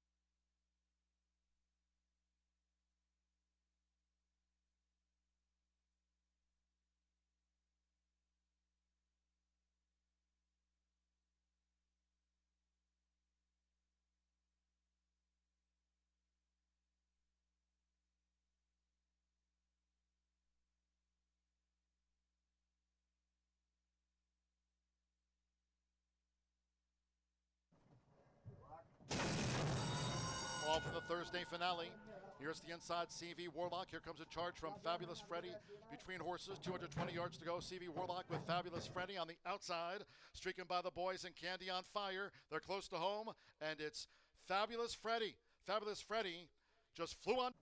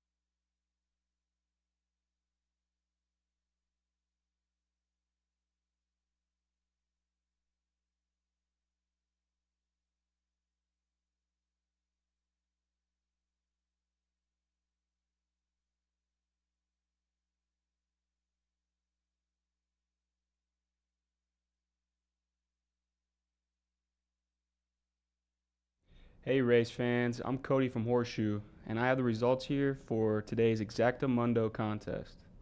Congratulations to today's winner, Olivia Walker. Thank you all for playing in today's Exactamundo contest, and we'll see you here next time at Horseshoe Indianapolis.